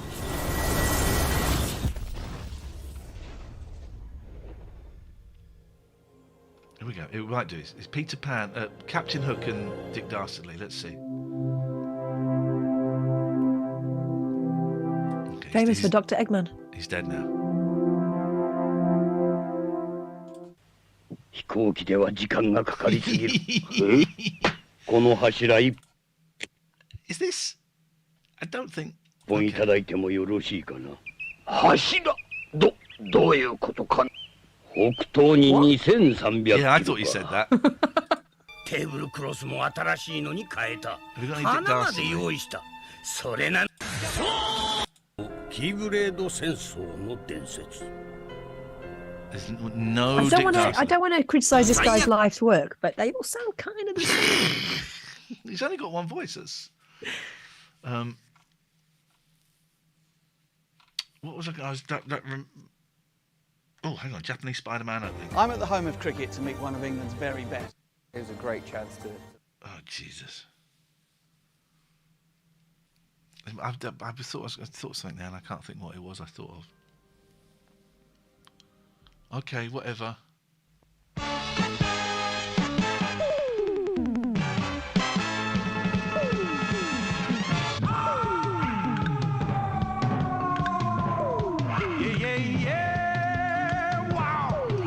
The 1978 Spider-Man TV series was one of the shittest things that was ever made. I used to quite like it. This TV series, do you remember it? Yeah, I used to don't- watch it. Really? Peter Parker. Not the cartoon? No, the live action one. Not TV. Oh,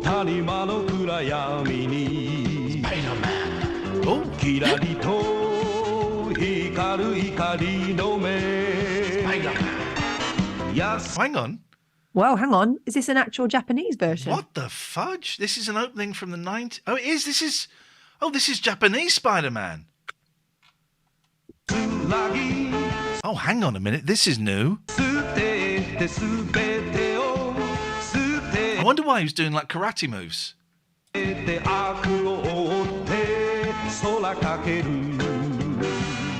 Change the apart. Oh yeah, this is totally Japanese.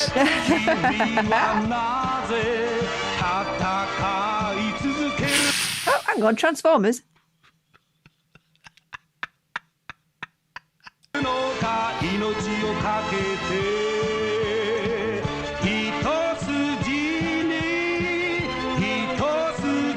Right, come on, guys.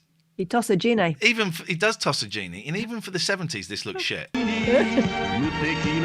It's somewhat belabored, isn't it? Spider-Man. Also, the tune is not as good as a Spider-Man, a Spider-Man. Does whatever a spider can. Spider-Man. Hang on, what was that? Hang on. Spider-Man. Oh, all the transformations of the Japanese Spider-Man. Just forgive me a second. I just need to knit. That's okay. We're just watching utter crap. 君の腕にはまっているのはスパイダーブレスレットだ。ピンチの時にマーベラーを呼びかけるがよい。その中にスパイダープロテクターが収めてある。スパイダープロテクターを着てスパイダーマンになるのだ。さあ、プロテクターを。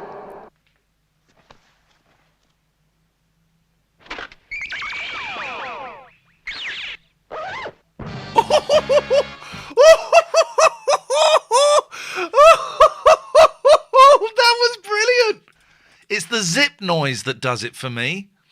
It's the zip noise. That's incredible, right?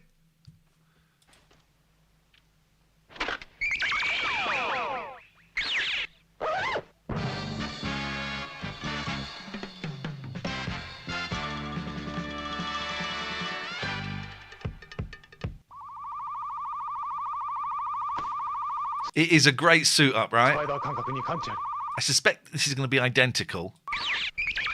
Yep.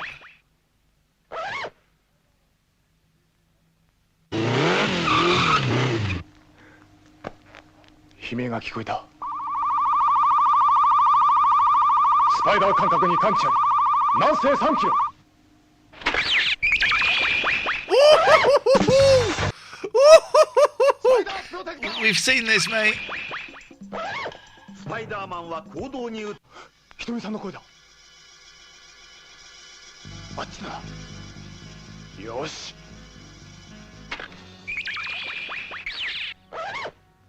Oh, he zipped it the other way. He zipped it the other way.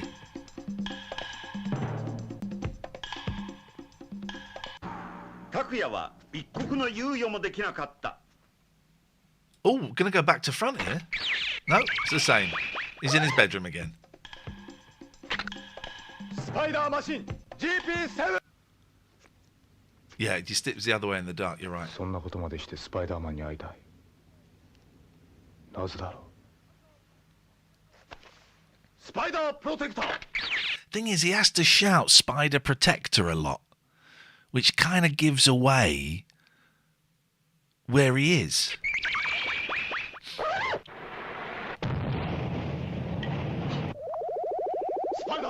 Spider Protector! It's a compilation of him changing. But they're all pretty identical.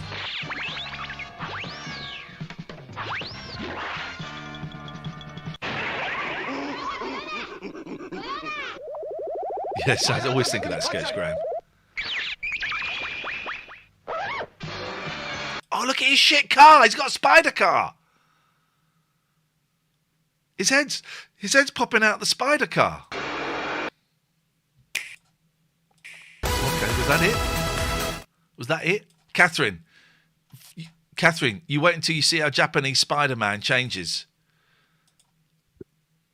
Honestly, this is that Peter Parker? As Peter Parker, you watch how he changes. This is a compilation of all of his transformations. Spoiler alert, apart from one of them, they're all identical. Oh. Watch closely, watch closely. You wait till he shouts out Spider Protector.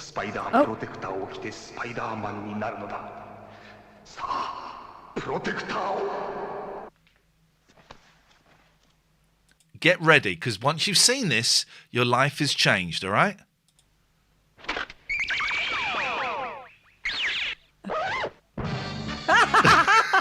It's exactly how I get dressed every morning. Now look at the next one. So the suit jumps on him. Yeah. Well, it lands in front of his face. He does have to zip it up. Yeah, he was talking to the spider. Here we go.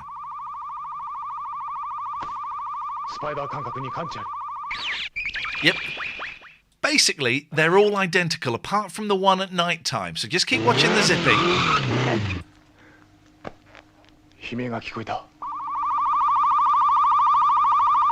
パイダー感覚に探知あり南西3キロスパイダープロテクタースパイダーマンは行動に Can I just say, he's wearing clothes in every single one of those, and yet not one hint of a panty line. How does he do that? But now look, as it's night time, you've been watching the zipping, right? Yeah. ひとみさんの声だあっちだよし He zips the other way in the dark. Or was it not his hand? Jimbo says his existing clothes are sucked in like the suit is spat out. Well, that's Japanese. That's Japanese Spider-Man. Isn't that delightful? It really. I need to watch that film again. Okay, well, hang on. 1970s Spider-Man, because the American one was shit as well. I liked that, but because at the time it was that or the Hulk, and I used to watch the Hulk as well, but only the bits where he wasn't green, because when he was green, he was too frightening. Oh, I used to like it. I had a poster pull out from the TV Times on my door, and it was the double center spread, and it was the transformation from David Banner to the Hulk. I used to love that. David Banner. No. You know, he's called Bruce Banner in the films. Yeah, they changed it so that he wasn't as gay, apparently. Bruce. Yeah, I thought Bruce was a gay name. Here we go. This is the opening to the 70s thing.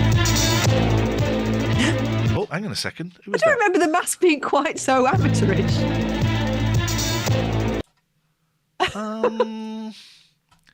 I would say the Isn't that Japanese the guy one. that's been menacing local villages, except it's like a plastic hood that he's been wearing. The Japanese one was slightly better, right?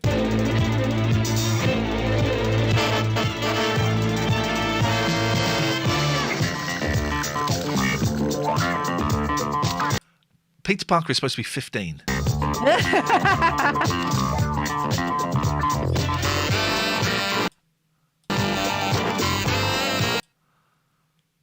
I think, do you know what? I think I'll rescue myself.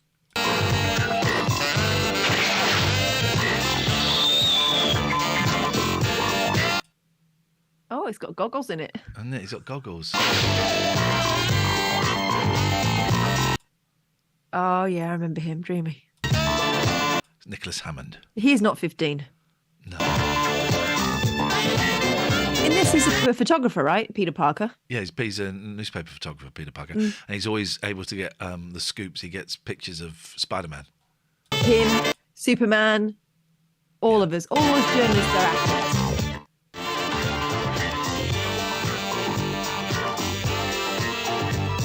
Chipfields.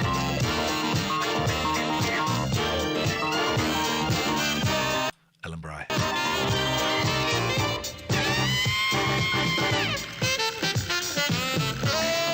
Oh, he's one of those hospital window wipers that dresses up as a superhero. Just Keep the kids happy. yeah. Oh, I think that's a lovely idea. Well,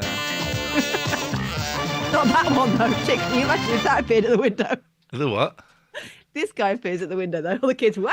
By the way, this Joe Blow Originals, WTF Happened To. I've did V, I did Sliders, and I did, well, what other, they're well worth a watch. They're well worth a watch. Best Spider-Man fight scene of all time. Here we go. But this is what Saturday's show is going to be, by the way. It's quite long. That outfit is shocking, right? He's got tea strainers over his eyes now. Yeah.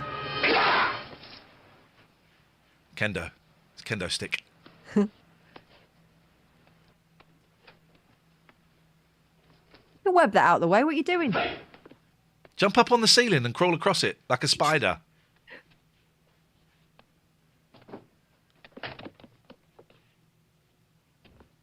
Yeah.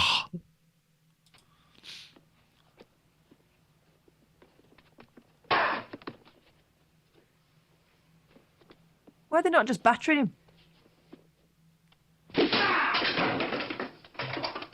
He's shitting himself. Spider-Man is actually cacking his pants.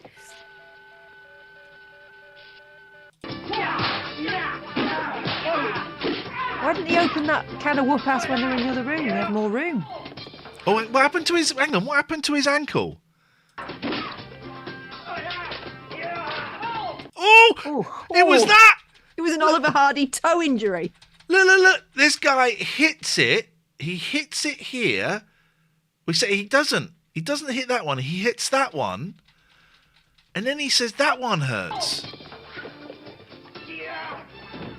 What the fuck? Now he goes up the wall. How did they do that?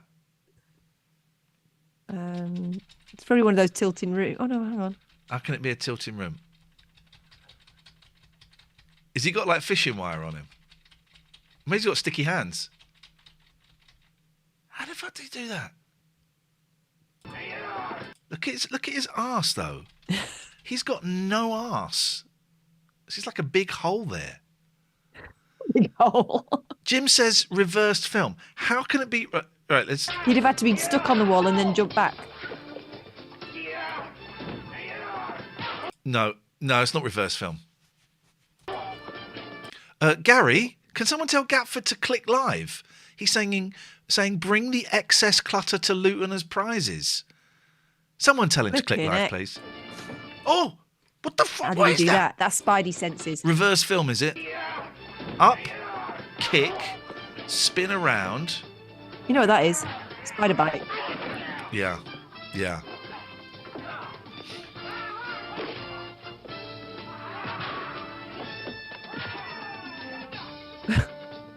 That's how everyone waits for you to finish beating up their friend before they continue, isn't it? Look at this. Look at his rope coming out.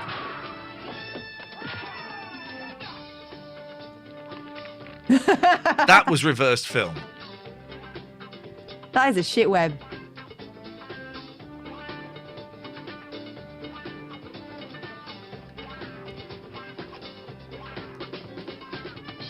And he's going back out the window. So what was the point of that entry? He's done nothing. He's not taken anything. He's just gone in, been chased around by men with big sticks, rolled about with them for a bit and left. We've been told to watch Hulk versus Thor by Graham. I can't watch this bit if he's Hang on, free. there's the Incredible Hulk Returns from 1988. Please. I can watch this bit. I love Bill Bixby so much. Bill Bixby, the magician, Bill Bixby. He died quite young. Frank Zappa was 53 when he died. Bixby died quite young, didn't he, I think? I loved Bill Bixby. Okay, all right, you can look back. When I was working with Christopher Lee in Pakistan, I had a Lou Ferrigno t-shirt on, and as he walked past, he went, Lou Ferrigno, a very good friend of mine. When I was at school, there was a little boy called Andrew Hampson. We must have been about 5, and he spent all of his break times running around like the Hulk, slow motion.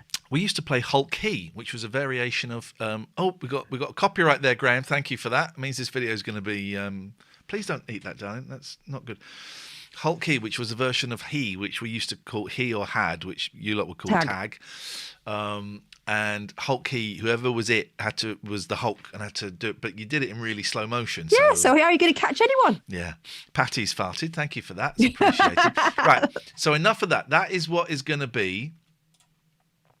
So Saturday morning, we'll have a little bit of fun with that. And bishy bashy boshy. A little bit of fun with that kind of stuff. Ashley says, met Lou a couple of times. He lip reads you as he's deaf. Huh? Is he still alive, Lou Ferrigno? I thought he'd carked it. That's a phrase, isn't it? Carked? Yes. I think carked is a phrase. Let me check. I'm going to Google him. My Googles today, Pepsi from Pepsi and Shirley and Lou Ferrigno. There we go. Is an American actor, 71. Deaf since a few months old, he alive, says Ashley. Thank you for that, Ashley. Love a little bit of Lou Ferrigno. Mr. Universe, 1973 to 74. Wait, Tell me how old Bill Bixby was and he died. Oh God, it's going to be depressing, isn't it? Oh, I thought you were going to Google it. I'll Google it. Oh I'm no, gonna say- I thought we were guessing. 55. Bill Bixby. Oh, he was 61. It's still nothing, is it? It's a slightly better innings than 50 something. Yeah, yes. 1993. Wilfred Bailey Everett Bixby III. Well, there were two others before him. Yeah, he was good as the magician. I didn't really see much. The magician was a bit before my time, but he was good in that.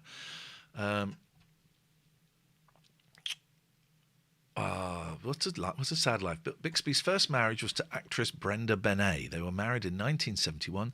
She gave birth to their son Christopher in 74. They divorced in 1980. A few months later, in March 1981, 6-year-old Christopher died while on a skiing vacation with Benet.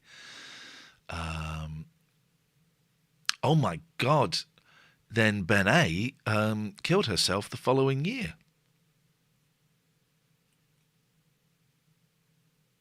Jesus Christ, what a life. Bixby met Laura Michaels, who'd worked on the set of one of his Hulk movies in 1989. They married a year later in Hawaii. In 1991, he was diagnosed with prostate cancer and underwent treatment. He was divorced in the same year. Bloody hell. In late 92, friends introduced Bixby to the artist Judith Kilban, widow of the cartoonist Cliban. He married her in October 1993, just 6 weeks before he collapsed on the set of Blossom.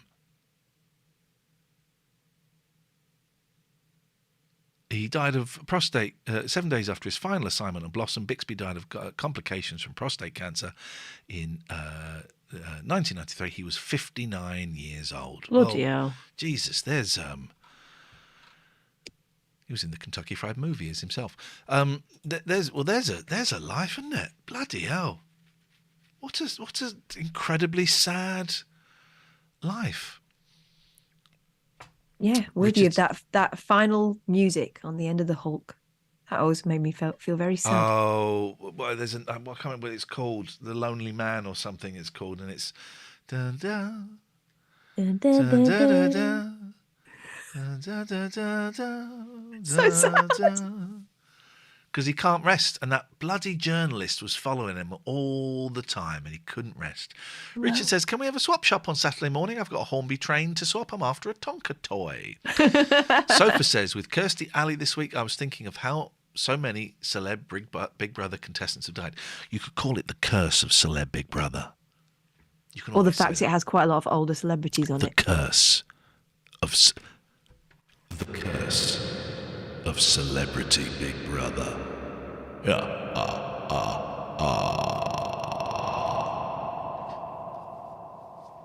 You could do that. You could do that, yeah.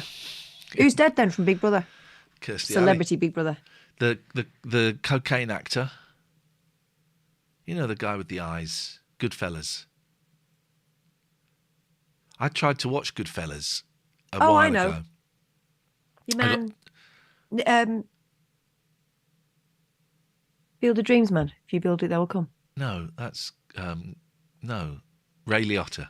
Yeah. Oh yeah. I tried to watch Goodfellas a little while ago. 20 minutes into it. Well, this is so childish. Is it too cokey as well? It was just, it was all cokey, childish, cokey, childish. Oh, we've got cocaine and we're going to sell it, but we mustn't use it. Oh, I've started using it. Oh, it's so moreish. Now I'm going to be an absolute arsehole to everyone. Okay, so Pete Burns, Vern Troy, Ray Liotta, Keith Chegwin, David Guest. The curse of celebrity Big Brother. Yeah, I think that's probably scientifically proven now after doing that little count up.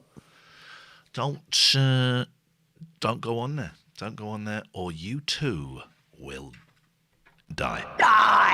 Die.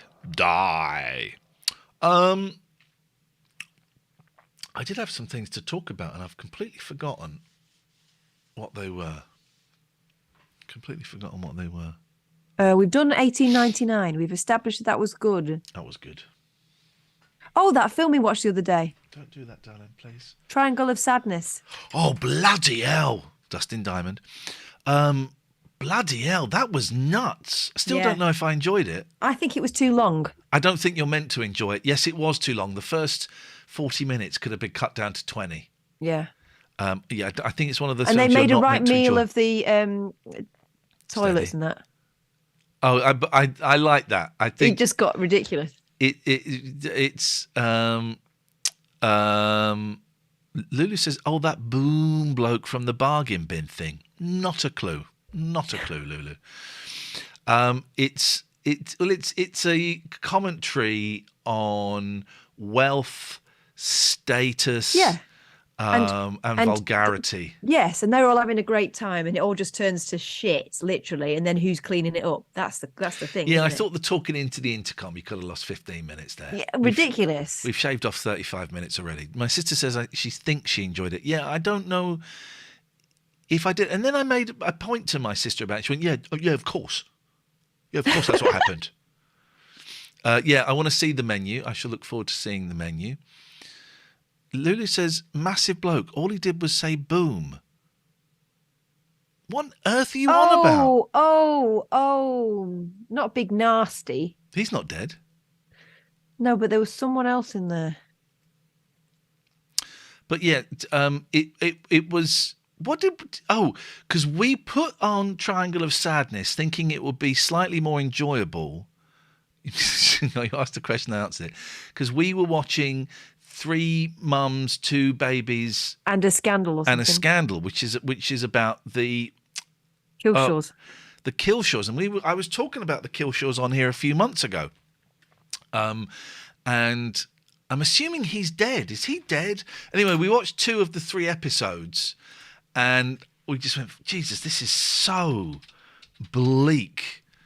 Well, yeah, because apart from the obvious tragedy of those poor kids getting pushed from pillar to post and treated like chattel, it was also a commentary on how much the British press loved creating villains and then stood back and let them, spiral. He died 4 years ago. I was saying I did a TV show with the Killshaws. It was some shitty TV show hosted by Patrick Kielty. Remember, Emma Kennedy was one of the contestants on it. It was one of the panel, and you bet on stuff. It was like low rank you bet, and I think the thing with the Killshaws were on it, and you had to bet something like how many trout can Alan Killshaw catch in his trousers that she throws at him. Killshaw's. Wouldn't that be funny if that was on the Killshaws? Patrick Kielty. It was a terrible, terrible show, but no.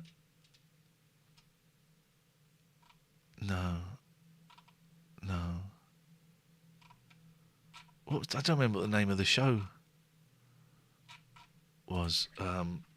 Betting Game. No. Luckily, that has been wiped from history, and I think that can only be a good thing. The Cocaine Bear. I saw the trailer for Cocaine Bear.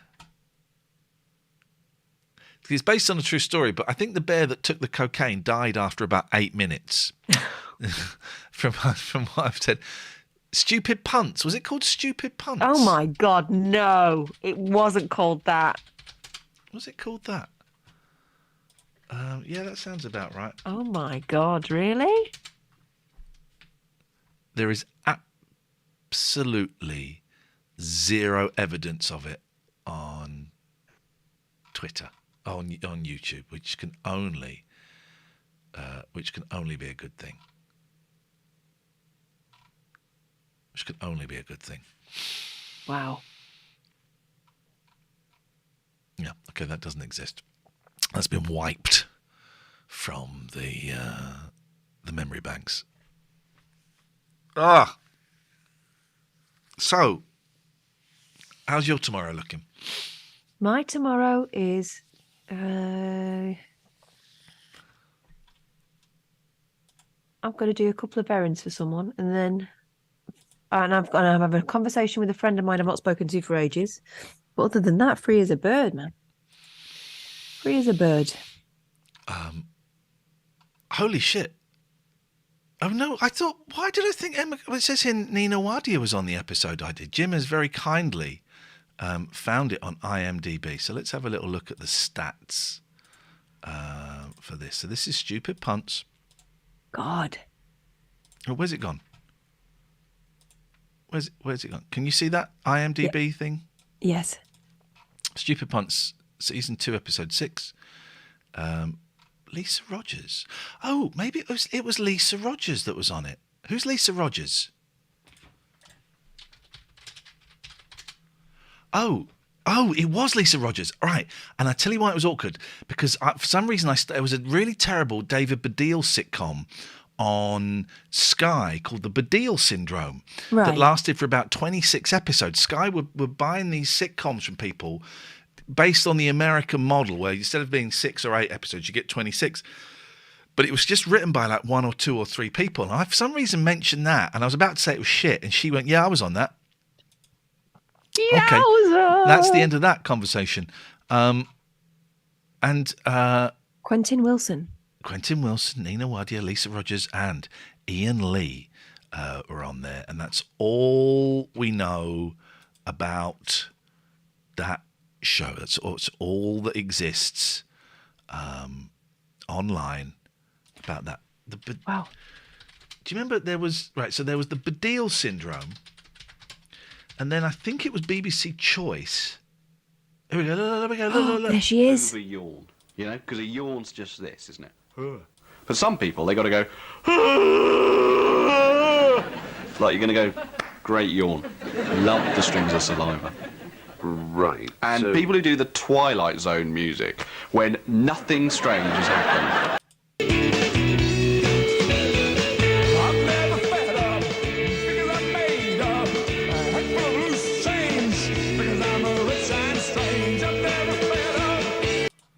And I was like, I can't believe I was about to slag it off and she was in it. But then there was, I think it was on BBC Choice, Evening Daniel, Richard Blackwood did a show called Ed's Dead. oh, Is it called Ed's Dead? Oh, it's not typing it in. And it was he was a ghost or something? he was a what? A ghost? Yeah, wasn't he? Ed's Dead.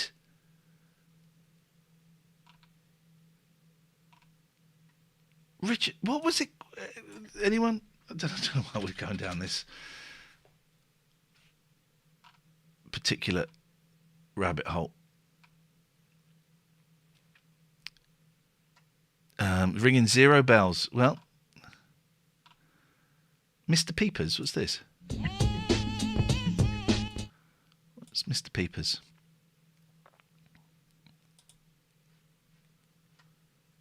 What is this? Why are they forcing adverts on us?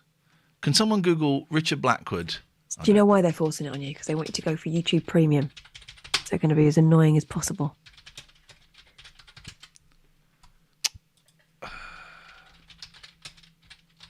$19.53. God, there's hardly anything, nothing is coming up. What is this, Mr. Peepers?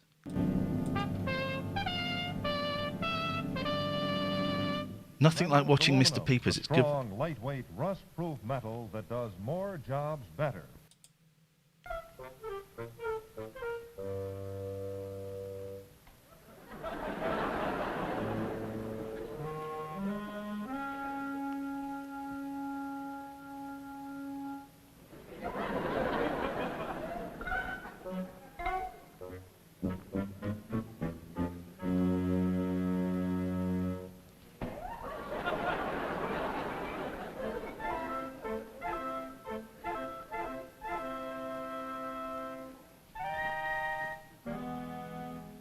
Is he a paedophile? Is that...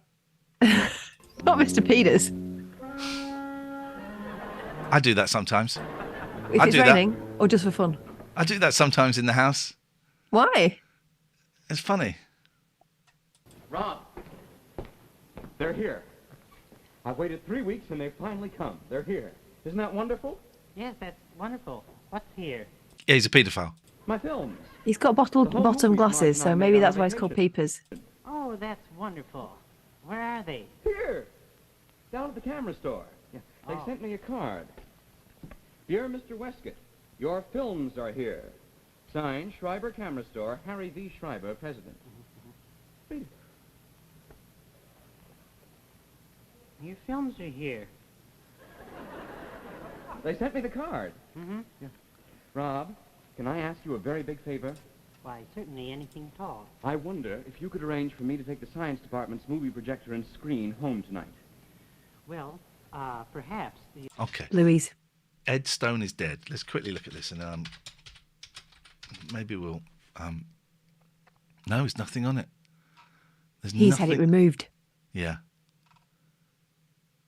Yeah, he has.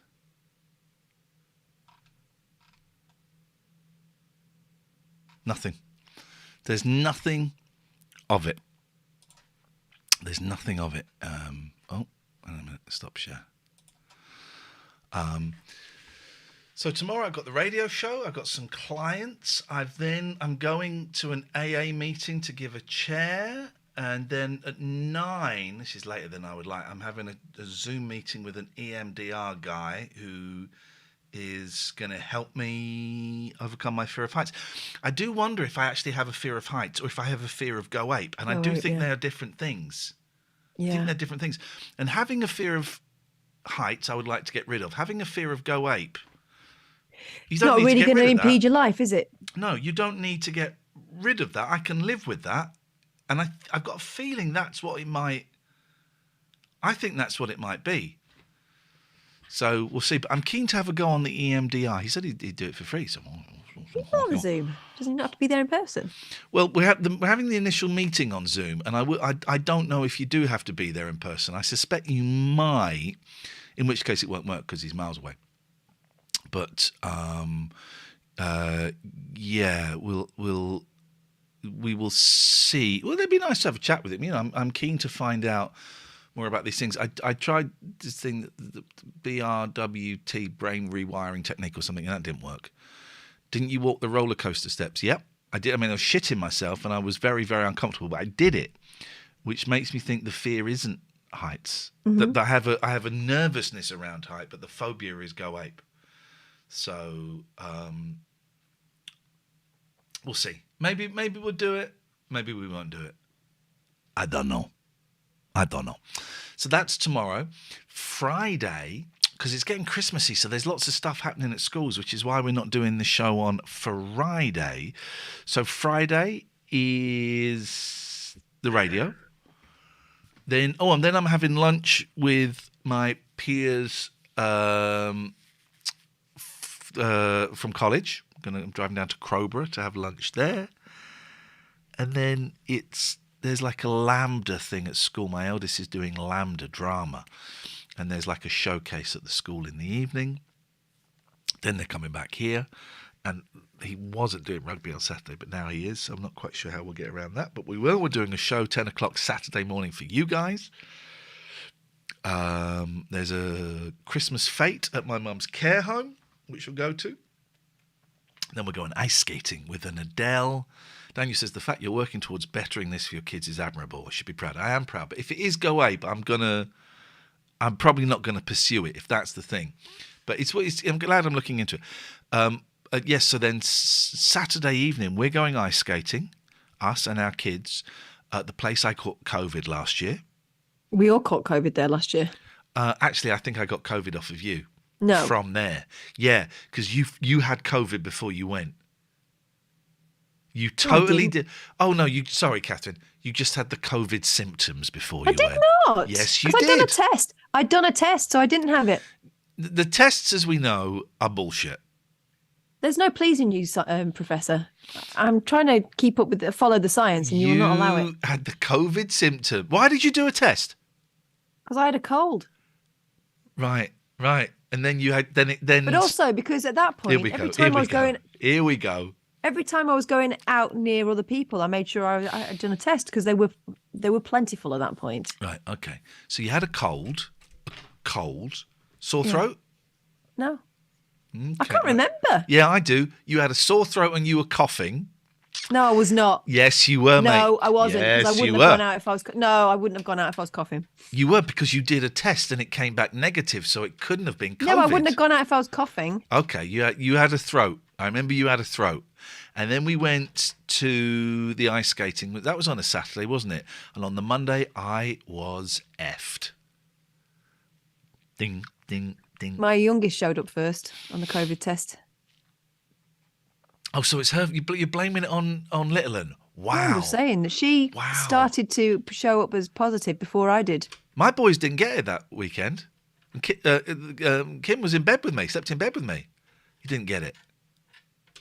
I slept in bed with him once, and he tested positive the next day, and I didn't get it. It's a weird old thing. Anyway, so we're doing that. But the last time we went, the entertainment was Dolly Parton tribute. This time it's Adele, but she only sings maudlin songs, right? She does the occasional upbeat one, but Does yes, she- they does she do do- tend to be generally quite introspective. I like Adele, but she doesn't do bangers, does she?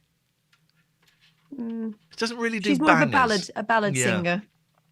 Whereas I enjoyed the ice skating at Somerset House because it was like 90s. I even enjoyed Oasis. Oasis came on and I thought, oh, do you know what? I really like this song. And I had quite a profound moment listening to Don't Look Back in Anger because I thought, oh shit, I quite like this song. And my whole prejudice towards Oasis, I know exactly where it began. I can trace it back to a very specific moment in my life. And Hatred of Mancunians. that was it, Katherine. Yes, it's when I met you. And yeah, actually, I quite like that song. And when I met Liam Gallagher, he was very nice to me. He came over and introduced him, tapped me on the... No, he didn't. Pete Townsend. He came over and introduced himself to me. All right, mate, I'm Liam. So what was the point? Why were you so offended by Oasis? So I was a snob. I was a snob. They played I Am the Walrus on later with Jules Holland and used the wrong chords. That's why. How dare they? I'm How a bloody snob. dare they? Yeah, I'm a snob. They did.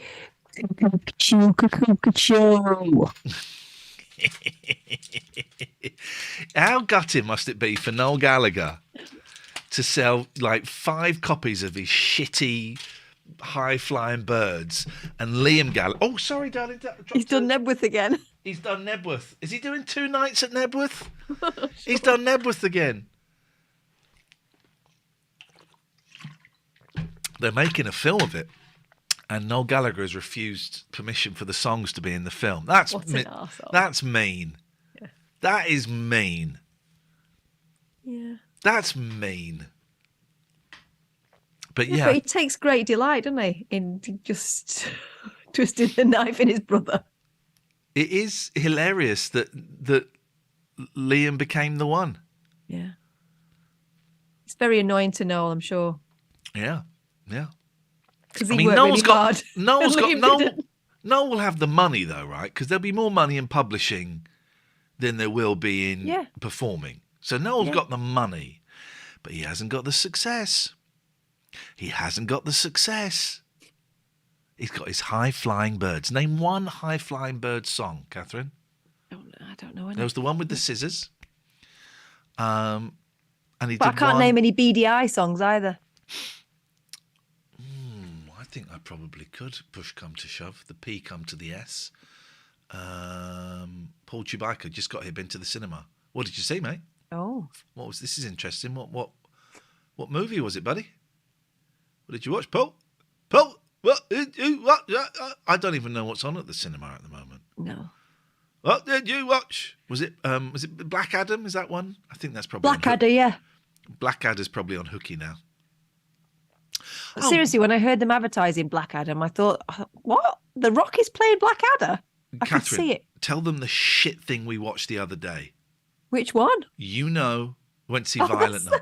No, right. We were attracted by, yet again, we're attracted by the lure of naked programs. After the show, we have a little bit of food. When Catherine's here, we have a little bit of food and we watch a bit of telly.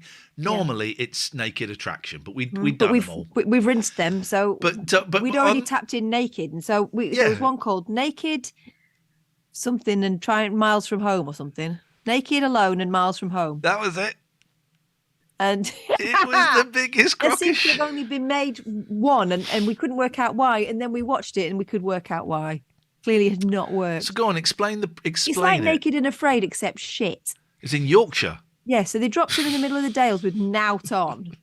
Well, they had to strip. There were two teams, two men and women, a man and woman, two teams, and they had to strip in the middle of the field. And then put their they had clothes in a to suitcase. find their way to Skipton with no maps, no compi, nothing. Compasses. Oh. So, and they're naked. Yeah, so they were like trying to find their way down the hill, and then first night, we found a friendly farmer who let us sleep in a barn. Then the next guy found a friendly, what I think looked like a little bit of some sort of like sex garage that he was parking them in, wasn't he? They got kicked out of a pub. They did get kicked out of a pub, and that's when they had some Sat's clothes on. She made a pair of pants out of a Plazzy bag, the transparent and Plazzy bag. He made some sort of sarong thing, but it was like arseless, so his butt was hanging out. It was so shit, and it was obviously so faked because they had to get into the first one. You showed them convincing these Yorkshire farmers to let them use their property, and then the second time round it went, and they found someone that would let them, but they didn't show that conversation. I thought they found someone, or the production team realised they could not have people roaming around with Nout on. And so they had to get to this statue in the town where their suitcases were. The winners would get £5,000. Yeah, it was for a Fred charity. Truman statue. Yeah. But they got there within 5 minutes of each other, and they've been travelling for 3 days. Come on, guys! I know how TV works. It was faked. How did Yes, they they pay for were. the train/bus tickets. Well, they could probably they can. I've blagged bus tickets before. Trains though. Well, you just jump over the turnstile and hope you. Not when you there's get... nothing on, you'll catch yourself. It was one It was of the horseshit. worst. So obviously, what I think had happened was it started out with all the best of intentions, and they were going to definitely do this challenge. Yeah. And then halfway through, they realised it was not possible. So the production team obviously cobbled something together. And they got to the end of it and went, well, we probably got away with that one, but there's nothing in this now for any. It was awful. Absolutely awful. Delvin says, I missed the whole show. Key snapped in a frozen lock. No. I had that with my scooter, right? I took, the boys like to go on it, so I took Kim to the shops and we bought some comics. And then we got to the thing and my key snapped in the scooter. I was like, fuck. Well, no, and somehow I managed to put the stub of the key in, and it connected with the rest of it, and it allowed me to turn it. And when we got home, I couldn't do that again. How and did I you turn it off? Could turn it off, but then it wouldn't start again. Oh no, Right. turn it off with the kill switch. Oh yes, of course. And I couldn't get it to work again, and I bought some tools to try and get the key. And in the end, I had to it took a long time to find someone that would come and do it, partly because it was such an old bike. Yeah. And this guy came and he said, I don't recognize this key. The bike's 25 years old. So I don't think you can get this key anymore. But he managed to get the key out straight away. I didn't have a spare. And it took him about a week, but he came back and he tried a couple there and then, but couldn't do it. And so he had to go away and came back and did it. But what I'm saying is, Delvin, I'm sorry to hear that. That is, God, what a pain. That's one of those feelings when it happens. And just for a second, your world freezes and you go, oh, what do I do now? shoot. And it's so cold. Yeah. I don't know how to process this information. And, well, I'm glad you managed to get in or get out or whatever. I'm guessing get in. So it's nice to have you here, although we are going to wrap this up in a little minute. I hope you don't mind. I'm going to have a little bit of toast. Then I'm going to go to bed to get up at 5:30 to entertain you freaks on Jack FM. It's funny, having a day away, you know. Grin and bank it. Grin and bank it. That's what I'm going to do.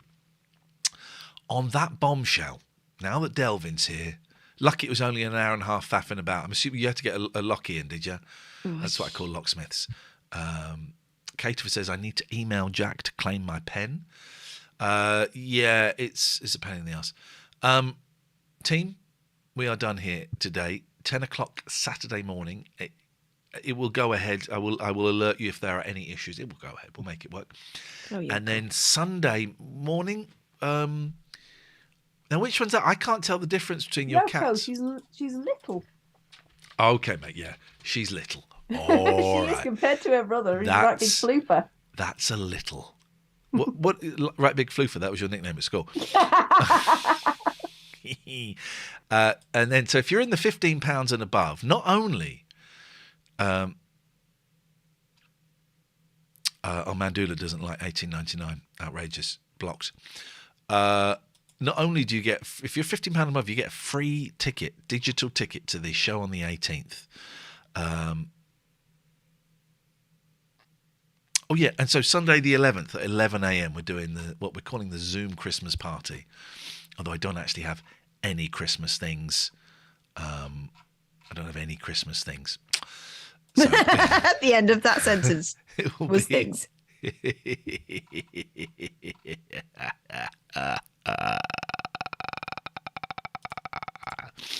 So, on that bombshell, see you on Saturday morning at 10, or I will see you tomorrow morning.